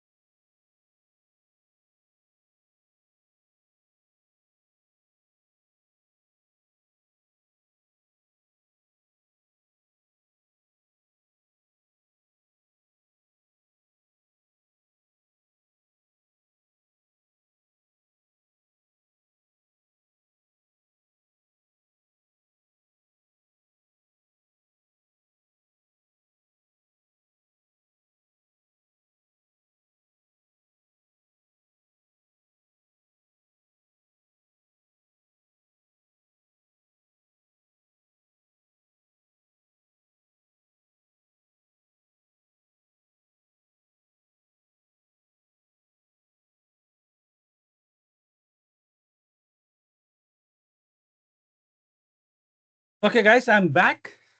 I'm back with some water. Now, so we stopped here looking at, so VPN is pretty good. Everybody thinks that VPN is good and, you've been masked and all other things. But is VPN not storing your data? That brings back to the point. Why don't you go and read the terms and conditions? So what is the reason for putting Proton VPN here? So there are some law that govern countries, right? It is Swiss based. There is only one country in the world where the law says that unless you have a court order, your VPN details cannot be revealed. So for instance, I'm using a VPN, like let's assume that I'm using Surfshark, which is pretty good, and ExpressVPN, whatever. They keep storing our data. They still store an identity that from this particular device, this request has came. So they have the data. They have to keep the data. It's law. And tomorrow, if a government wants it, or some hacker hacks it, all the data will be revealed. You have to go on. I don't want to promote Proton, but you have to go back and look at the difference between Proton and another VPN. And if you get someone says that it's a free VPN, unlimited free, go and look at the terms and conditions. One condition would say that we can share your data with third party.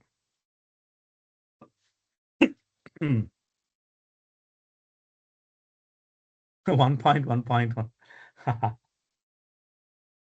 That's most common router one. Come on, guys. You can do better. Okay. So now, if you look at Wi-Fi, there are tools that you can use to mask your Wi-Fi. So the first one, if you want to be a good hacker, network invisibility. You need to make sure that you are invisible if somebody is trying to get you when you are on a network. The second pillar is identity abstraction. So you have to protect your email. You have to protect your identity. So everything that you use has to be masked. So if you go to Google Calendar and put the birthdays of all your friends and all, it's going to be tricky. So there are, some email protection things that people can use. Like for instance, you have people say that DuckDuckGo email protection is a free one. It's good. But as I keep mentioning, you have to always, you have to look at terms and conditions to see what is being tracked and what is being used. People still feel that DuckDuckGo browser is one of the best browser for privacy. I mean, over Firefox, a lot of people do it, but I won't agree with that. And then receiving SMS online. So the thing mainly when you try to encrypt your messages, your short messages or something, like for instance, if you have a Mac with connects to your iPhone and you get the messages. See, as I said, every browser is safe, but the issue is if you try to use a browser that is attached to a company, that's where the problem comes. So Chrome is attached to Google. Safari is attached to Apple. So they come up with this native stuff that they keep inside the code to track. So you have to look for independent browser. You can just Google and find out the difference in terms of data privacy between Firefox, Chrome, and Safari. So if you look at the browsers, most of the time they advertise that they are faster, but they don't advertise that they are more safer. Everybody says I'm faster, I'm faster. Okay, so make sure you use some of these tools if you want to be a ghost in the online environment. So let's get to the next two pillars, which forms the basis of today's project. So the browser hardening, a lot of people are asking about the question. You can see suppress unique hardware, software, fingerprints, and block background telemetry.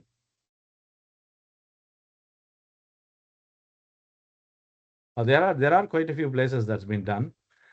So what we're trying to do, there are quite a few places where bank account hacking is done.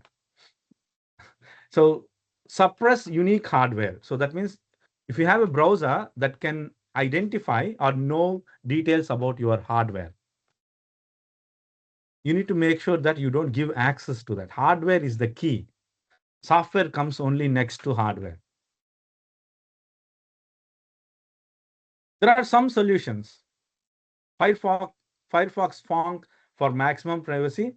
So no telemetry, built-in anti-fingerprinting, and it deletes all the cookies. Right? Brave browser, strict mode. So if you look at Brave browser, and if you put that into a strict mode, and a lot of people use privacy badger and uBlock login. I have shown you uBlock to block a lot of stuff. So you need to make sure that if your browser is your browser is allowed to use the details in your computer. That's the main thing that you have to look for. The fourth one and the most important one is asset sanitization. Erase embedded telemetry and data trails from shared files. There are tools here with command line utilities, non-command line utilities. So, okay, let's put it in a simple way. Are cookies good or bad? So Chrome is one of the fastest. I won't agree that it eats your RAM, but if not the fastest, but Chrome is Google-based, right? So it has inbuilt code to track you. So you don't have to explicitly log in. So it has inbuilt code to track you. So that's a key point for it. You can have lightweight browsers. There are quite a few lightweight browsers, which doesn't eat memory. It just does, what you want. Usually, if you block a lot of stuff, Chrome eats because it runs a lot of stuff in the background. If you look at here, background telemetry. So it does a lot of stuff in the background. So now Brave is Chrome based. That means the technology. It's not like Chrome. It's like Chrome based. Okay. So what we are trying to do here is whenever you have data, you have some metadata. And coming to the cookies, cookies are used to store identity. For instance, you have visited a website and you are trying to revisit it. So you don't have to enter your ID password every time. So it puts you a key in the cookie. Cookie is a temporary storage variable. So that if you visit the browser, it always reads your key and try to identify you. As simple as that. It is useful, but there is some concept called shared cookies. This company came with the concept called shared cookies. So these shared cookies are used to share your information across multiple websites. Number one. Number two, if you have your identity, even if it is hashed in a cookie, there is a high chance that something called cookie jacking. That means I'll try to grab all your cookies. If you visit my website, what I would do is I would take the copy of all your cookies. And from there, I use that session cookie to get into the website that you are already visited. So if you visit a website, there is something called session. That means in this time, how much time you are going to spend. So it got an expiry. So if you can get hold of that session cookie and work in such a way that you go to the website within the expiry of the session cookie, then you don't have to enter password or anything. It would automatically identify your identity. So the session cookie is created based on your browser and all other things. And as soon as you got the cookie, it's a hash number, hash value. If you just put the hash, you can directly go into the website. That's how they do the session jacking. So the scrubbing and deleting will still leave some traces. You have several software that could be used to get the information. So I have done something. So I come to your house. I've just done something and I try to delete. I deleted everything and I went back. And tomorrow somebody will come and catch you because your IP address is noted there. So that's the problem. So to overcome these type of problems, we need to make sure that we have done proper sanitization. So it comes back to what I was mentioning earlier about how you're going to protect yourself, how you're going to make sure that you are not storing or saving unnecessary data, something that is not needed. Like for instance, Facebook, you don't have to put your date of birth in the Facebook. You can delete your date of birth. You don't have to put your mobile phone. So you have to put your date of birth when you register. But once you have registered, you don't have to keep it. Mobile number, you can delete your mobile number. You don't have to keep it. So just keep something that is absolutely necessary. There are quite a few things. It takes a lot of time. Like for instance, your photographs, people tracking using your photographs. There was a task that I was planning to give, but it's not face to face. I would have given the task to identify something if it was face to face. Okay, let's move to the next slide.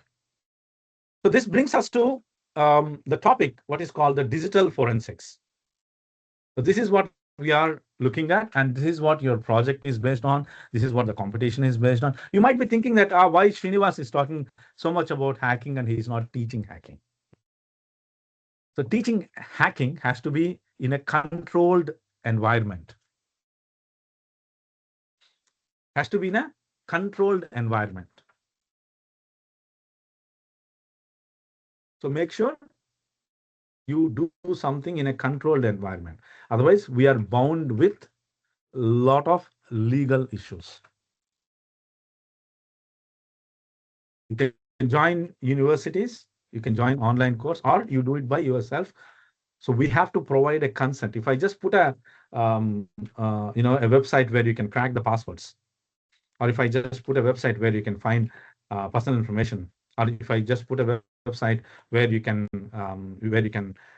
use that to crack different types of user accounts, or if I give you a tool for that. So these things are something that are not legal. So ethically. So that's the reason I decided we look into privacy and get something and look into different types of forensics. So let's get to this and try to understand.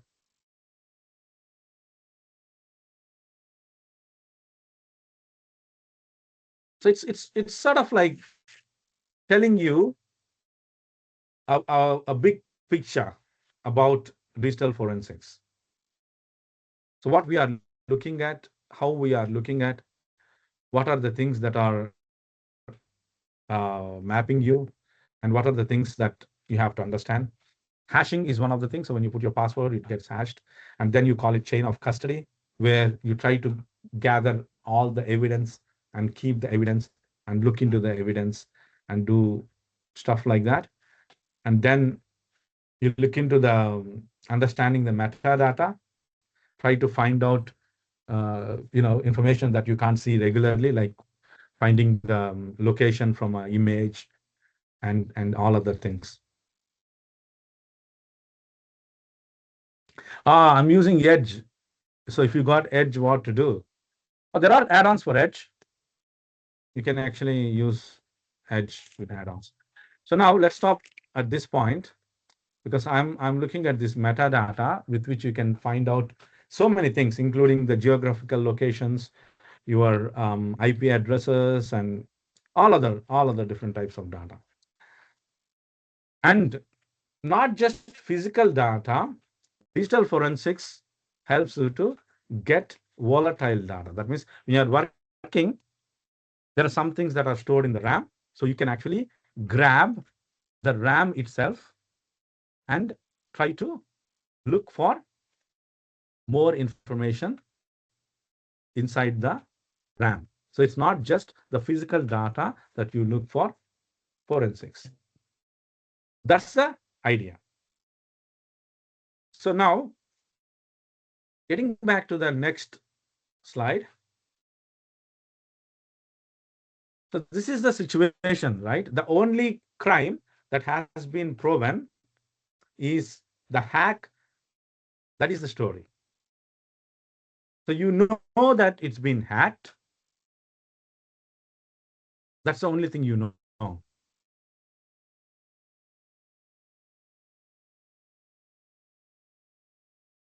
So yeah, you can install Linux on a Mac, but if you got Mac itself is pretty good, so you don't have to worry. Look for some coding in Mac, and then you should be able to do everything. Mac is Unix based, which is the father of Linux. So digital forensics is establishing the facts. So you have to prove that something has happened. So how do you prove it? You prove it by providing evidence. It can be as good as this crime area where you try to get the fingerprint, and then you try to gather the evidence, and then you try to timeline the event, and from the timeline, you put the evidence in the court. This is a simple cycle. So looking at this,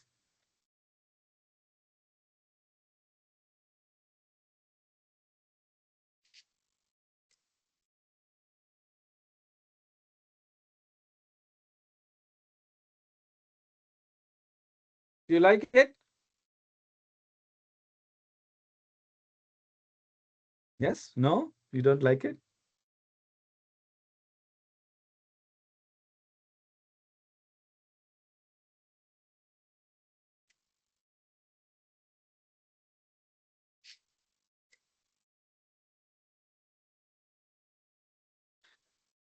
The idea here is the observation, right? So if you use Gemini, I just want to see how many have actually observed that it's generated using Gemini.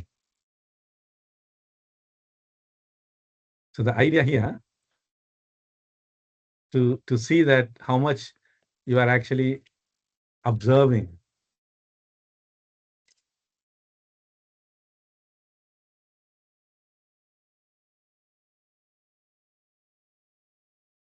So we are going to look at what is autopsy through practical way, and try to find out. Someone saying share down. What is share down? It's always there. You get 4-legged, 5-legged, 6-legged, and all these things. It's the observation, right? It's most to do with the observation. So let's get into what is called autopsy. So I have heard that majority are going to be Windows. So unfortunately, we don't have a Mac version of autopsy. So if you are planning to do the project, you need to have some sort of Windows, or you need to team up with people who got Windows autopsy. Now, there are ways to install. Yeah, VMware is good. So now they got the Fusion free version, which is awesome. So now I got Windows 11 on my Mac. So autopsy is a simple software which could look into evidence and try to gather information. So I'm just trying to open it. I'll show you a few things, and then I'm going to explain about the project, and then I'll take your Q&A on the project and overall feedback, and then we will close. So what you have to learn in terms of autopsy is pretty straightforward. As long as you just know how to open it, you are good, because rest of the things depends on your own investigation. So when you open autopsy, you will see a screen like this. There is a manual that I have provided so that you can go through that. So what we are trying to do here is we are trying to open a new case. So always, and there is a case number that I have provided. You have to give that. So in the new case, I just would like to put something and click next. And then you have to provide a case number. So you can be 001 or it's up to you. And name. So make sure you put name of your group, and you don't have to give phone number. You don't have to give email. And make sure you put notes where you try to explain who are the members of your group, what you have done. And in case, if you want to provide what you called more details, you can actually create an organization. So you can just go and create an organization as your group name, and you can put that, but it's not necessary. So these things are necessary so that I can track when you have completed your project, I can track. So once that is done, you can just click finish, and it will try to build the case database. So once the case database is built, the screen will be ready with that database. So let's wait to get the database done.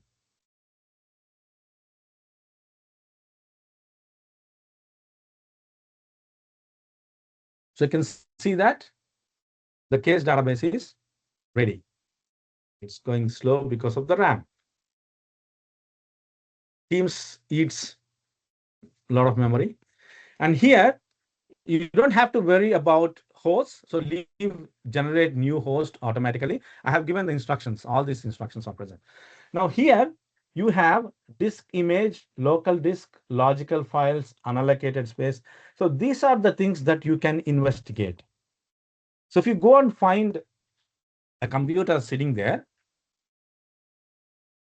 what we would try to do is we try to take the backup of that computer in the form of a memory dump.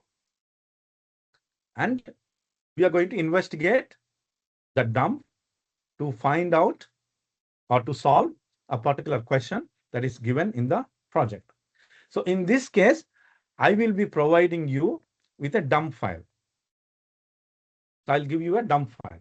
So you have to select disk image, click next, and here you have to do browse and go to the dump file that I have provided. So here I'm not loading the original dump file.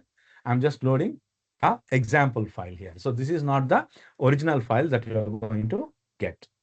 This is an example file because the original file is 16 GB. It takes about a couple of minutes to load it. So once I have loaded the dump file, you need to make sure you select the right time zone. It's very important. So make sure you select your correct time zone and then click next. And here you will see a lot of modules. So you can see that you can actually investigate using dump of an iPhone, a drone.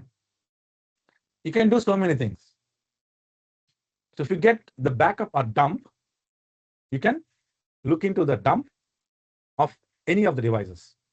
Android analyzer, if you're getting a backup of an Android phone, you can look at Android analyzer, iOS analyzer. So there are quite a few things that you can look at. But for now, you can leave it default and click next. So as soon as you click next, you should be getting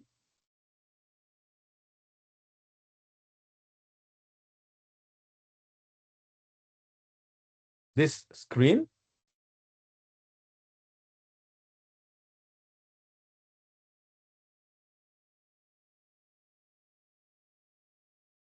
You can see this screen, and here it says data source, where you can see the data source. And here you have several types of subsection trees. So here it says file types. So if you click the file types, it will show you what are the different files that exist in your memory dump. So for example, in the example memory dump, I have 9 images. So in the 9 images, you can see the icon with a red X mark. That means it is a deleted file. So it is a deleted file. So if it is not, this is not a deleted file. So somebody has deleted that file, and we have taken the memory dump, and we are looking at that memory dump, and there are some deleted files and there are some undeleted files. You can see different types of images, but here you will be in a situation where this is common thing, right? Someone got a text file, but they renamed that as an image. So you can find some files which are not actually images. They might be text files, or you can find some text files which are images. I'm talking about the competition. So you need to make sure you check the file types and make sure you looked at each and every file. So you can see here archives. There are 3 archives. So if you open those archives, you might get some clues, some information. You have a database, and the database has these words.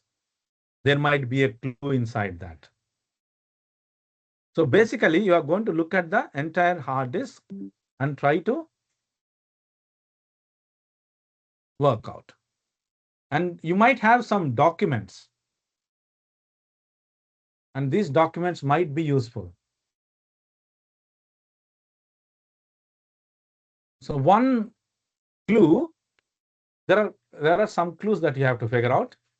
And something I would say that you can have same file. One is deleted and one is not deleted. The file name will be same, but the content will be different. So you cannot just ignore that, this file is already not deleted, so it's fine. No. So I'll create a file, I'll delete it, and then I'll create another file with the same name with a different content. That is how you have to figure out which file to use and for what purpose. This autopsy will actually help you to find few things. So this is just files, right? So we are trying to look at the files. These are the DLLs, So this one says file 13.dll, but it is a picture. So now you got a rich text file, which we have already looked at. Then this is the source where we are trying to explore the files. Then if you get to this artifacts section, here you will find different information or metadata related to the file.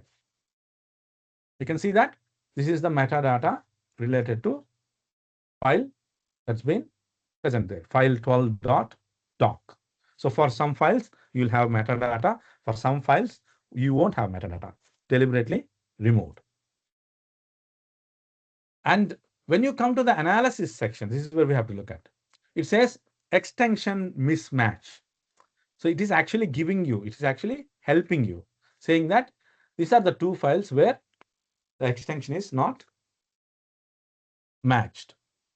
And if you got any OS accounts, you will get operating system accounts. That means user ID passwords or something that's been stored. If you got tags, then you'll have scores. You can see suspicious items too, because it got mismatch of the extension. So this is the basic idea of autopsy. So you just have to install and then open the file, create the case. Any questions till now? If you have any questions, please type in the chat box about autopsy.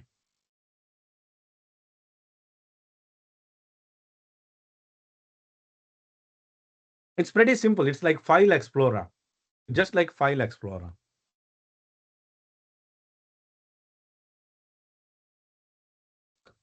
Good question, how I'm going to explain that. Now, so this is autopsy. So I have explained how you can load, how you can put the stuff. Now, what is the project? What you are supposed to do? Let's get into the project. I'm just going to share my file where I'm going to explain about the project.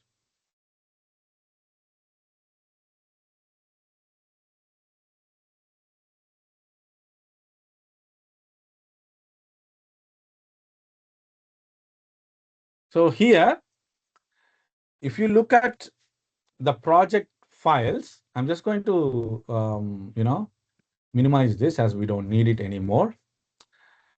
If you look at the project files, can you see the project files, guys? So these are the files that I'm going to supply. Now I have, you don't have to worry about the recording. I have a document. I have prepared a document. You can see the manual here. So autopsy instruction manual. So you can just go step by step and you will get the dump loaded automatically. Yeah, I'm going to explain about the project. So here, these are the files that I'm giving. So the first one is an example dump that you want to load. Like, first when you install autopsy, you can just load this example file. And then you have something called autopsy instruction manual. So that would give you step by step of how you can load the data dump into autopsy, step by step with screenshots. And then you have this image underscore Stigo. I'm going to explain that later. Leave that for me. And then you have this document, which is called Operation Cyber Sleuth, which is our project. So there are two versions of the document. One is a Word version and other one is a PDF version. So I'm going to open the Word version for the right reason. So just remember whatever I'm saying now. Just remember whatever I'm saying. I'm going to open the Word version for the right reason. Now, what is the project? Now, there is an investigation that has happened. You can read through. There is an investigation that has happened. And in the investigation, we have found some evidences. There has been a money laundering that has happened. So somebody did some scamming or someone has done something related to, hacking some details or sending some money illegally and all these things. Someone has done it. And when we reached the place, he tried to erase everything. But we were able to grab the memory dump. So we got the memory dump of his or her computer. So the memory dump will be in this project files dot zip. So the project files dot zip will have the memory dump and a file called encrypted bank details.bin. So this encrypted bank details.bin is a file which has the details about the bank. So what are the transactions or bank account number, whatever. It has the details, but it is encrypted. That means it has used some code to encrypt. We don't know how it is encrypted. I'm not going to tell you how it is encrypted. So the idea is you have to decrypt the file and give the bank details. Decrypt the file and find the bank details. That is the challenge. If you have found the bank details, you have to produce a report, which is called the investigation report. So how you have performed the investigation in step-by-step manner with screenshots. So you might be asking me, how does an investigation report look like? So if you go back to your project files, I have given a sample report. So you can look at the structure of the report and see how the investigation has happened. And based on that, you can proceed with your investigation. So this is overall project. And the deliverable is you're just going to submit one report, which is the investigation report. Now, the real problem here is the person who got caught also has some knowledge about cybersecurity. Particularly, he's expert in encryption. So he has used different approaches to encrypt, and then he has used approaches to hide how he has encrypted. So you have to investigate and find out how you can decrypt this file and give me the details. Give me the bank details. So any encryption involves algorithms. Any encryption involves passwords and clues to go beyond your regular, what you call the good, what you call go your regular work, sort of like, your abilities. So you have to go beyond your abilities to find out. Now, it is an issue, right? I just gave you the file and I just ask you to decrypt it. But if you get into the memory dump, if you go into the memory dump and if you read this document, you will find some clues. So somebody who is already quite familiar, you just straight away want to work on it, right? But somebody wants to know the clues. The clues are present right below. Find them. So there are some clues here in that empty space. You have to find out.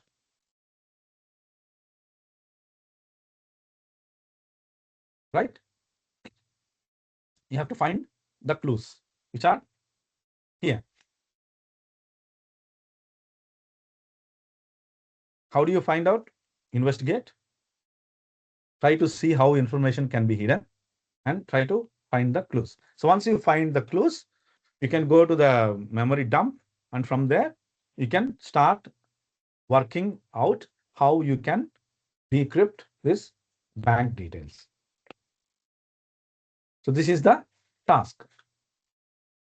Now, I just said clues are present here right below. Find them. To find the clues, you need a clue, right? So to find these clues, I'm going to give you a clue. That is where the picture. So you can see this. It's called images underscore stego, stego. dot png. So STEGO is one clue, and the image itself is a clue. There is some hidden information inside the image. If we can figure out that hidden information, then you should be able to come to this document and find the clues. And if you can find the clues, then your task will be more easier.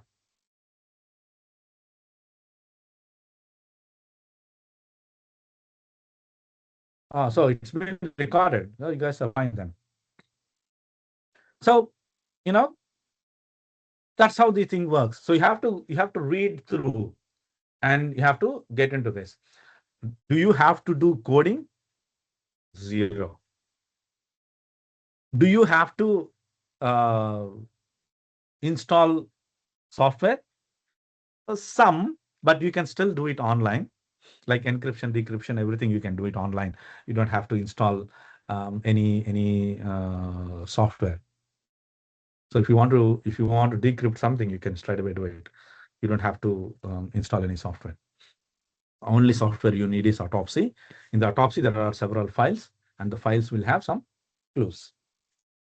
So this is the project, guys. And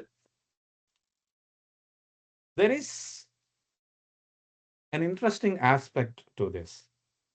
As I mentioned, okay, before that, do you have any questions about the project? You can just type in if you got any questions. Once you get to the hand, you will understand it. So straight away, in few points, you try to install Autopsy, open the dump file that I have given. You got the bank details file that I have given. Crack the bank details and explain the procedure, how you have done it. That's it. And I have given some clues saying that an image can be a file can be an image.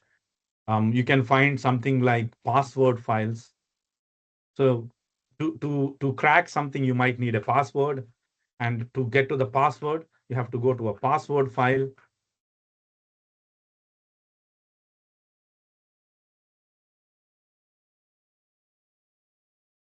Okay, what is CTF, by the way?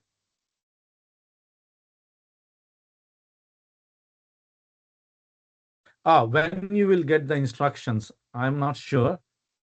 Uh, it's not actually something like capture the flag. It's something like you have to do an investigation. It's a full investigation, like how it happens. If somebody comes to me and says that, okay, we got this memory, can you do an investigation? It's like proving, getting the evidence of. I think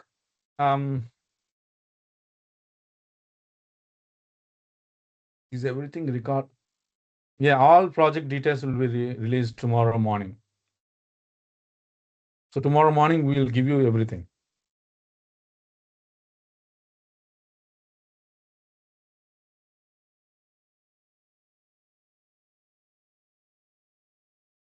Yeah, you have to choose one.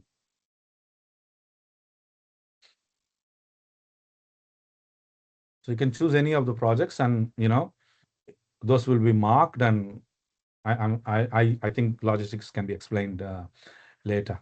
So I'll just wrap up my session because I have a couple of slides to uh, finish, and then probably you can talk about it. Just get to this slideshow.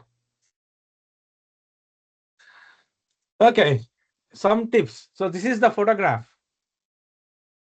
So this is the photograph. And as I said, something might be hidden inside this photograph. So try to find out what it is. And from there, you can get the clue. And from there, you can work out, how things would be.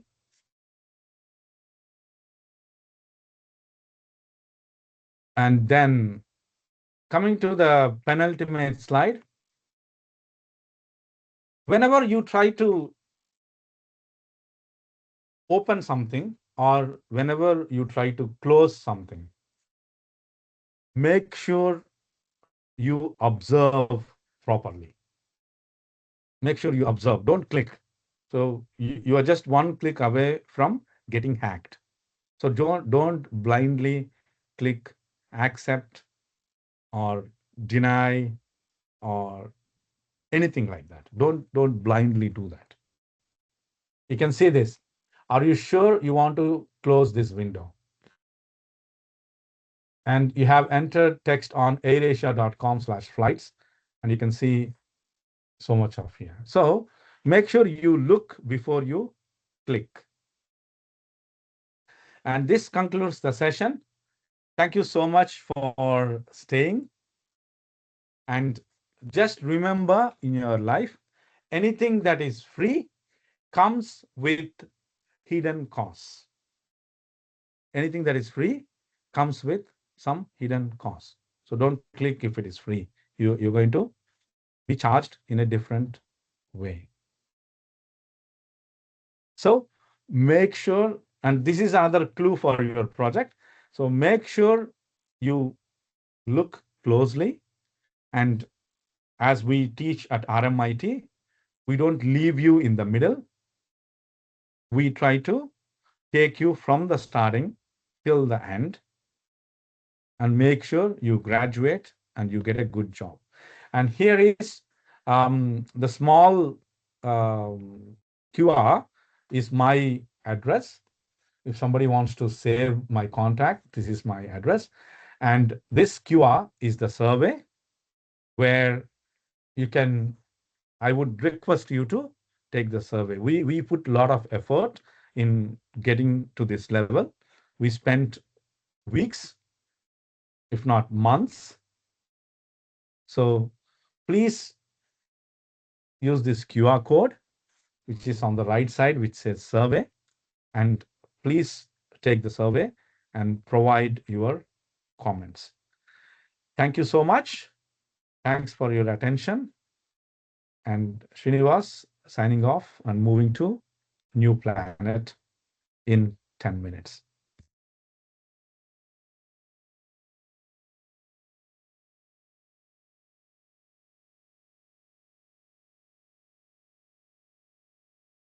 All right, so thank you so much, Sri. I think it's an amazing and very engaging topic, and very interactive workshop. A lot of things going on, a lot of story about cool cybersecurity, and that's kept my student actually start to aware about how much potential, how much close on the edge they potentially get hacked or hack someone, right?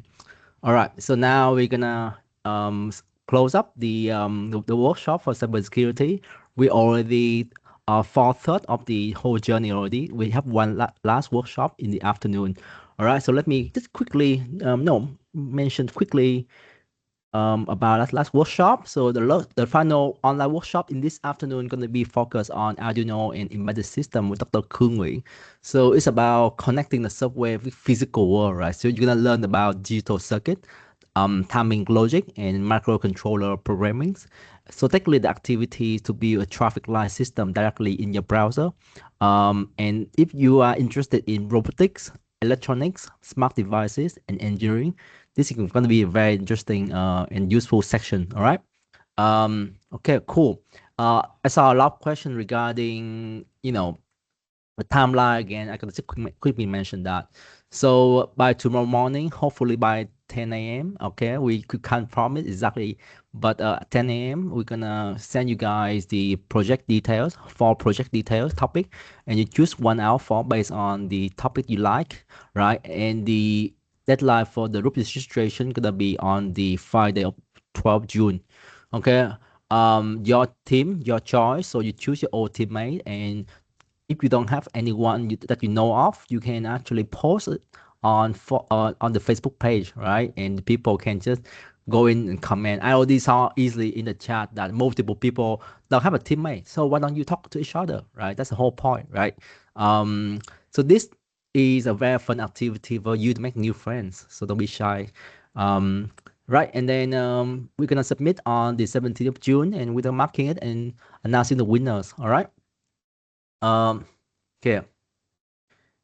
Right. So, like I said, the project detail will be reviewed on tomorrow morning. Okay, so stay tuned for that. We're gonna reach out to you. We're gonna spam you nonstop. Don't worry. Okay, all right. Good luck, and I see you again in this afternoon. Okay. Remember that we have a Facebook page, so please join our Facebook page. Yep. Something very important. Please provide the workshop feedback survey. If you want to send some love to Sri, please do so. I can leave the QR code here for like 10 seconds. You can just pick out the phone, scan the QR code, and then send some love to him. Yeah, leave it. Maybe I just, yep. Please do so. I'm gonna maybe screenshot it, put into the chat, right? And then you can, you know, continue to shower him with love, right? Yes. For the form registrations is actually right here. I'm gonna copy that into the chat as well, right? And also we have the Facebook page right here. Facebook.com groups RMIT Tech Camp. Okay, and we also have the email here. So if you have any questions or any burning questions, please do so. And if you want to find a teammate, please do so also on the Facebook page. Okay, I think you guys are the expert of the social media like Facebook already. So go ahead. All right. I think should be good. And I will see you again in the afternoon workshop at 2 p.m. Okay, don't having lunch and then take a nap and skip it. Don't do that. We want to see you again in the afternoon. All right. See ya. Bye bye, guys. Cheers.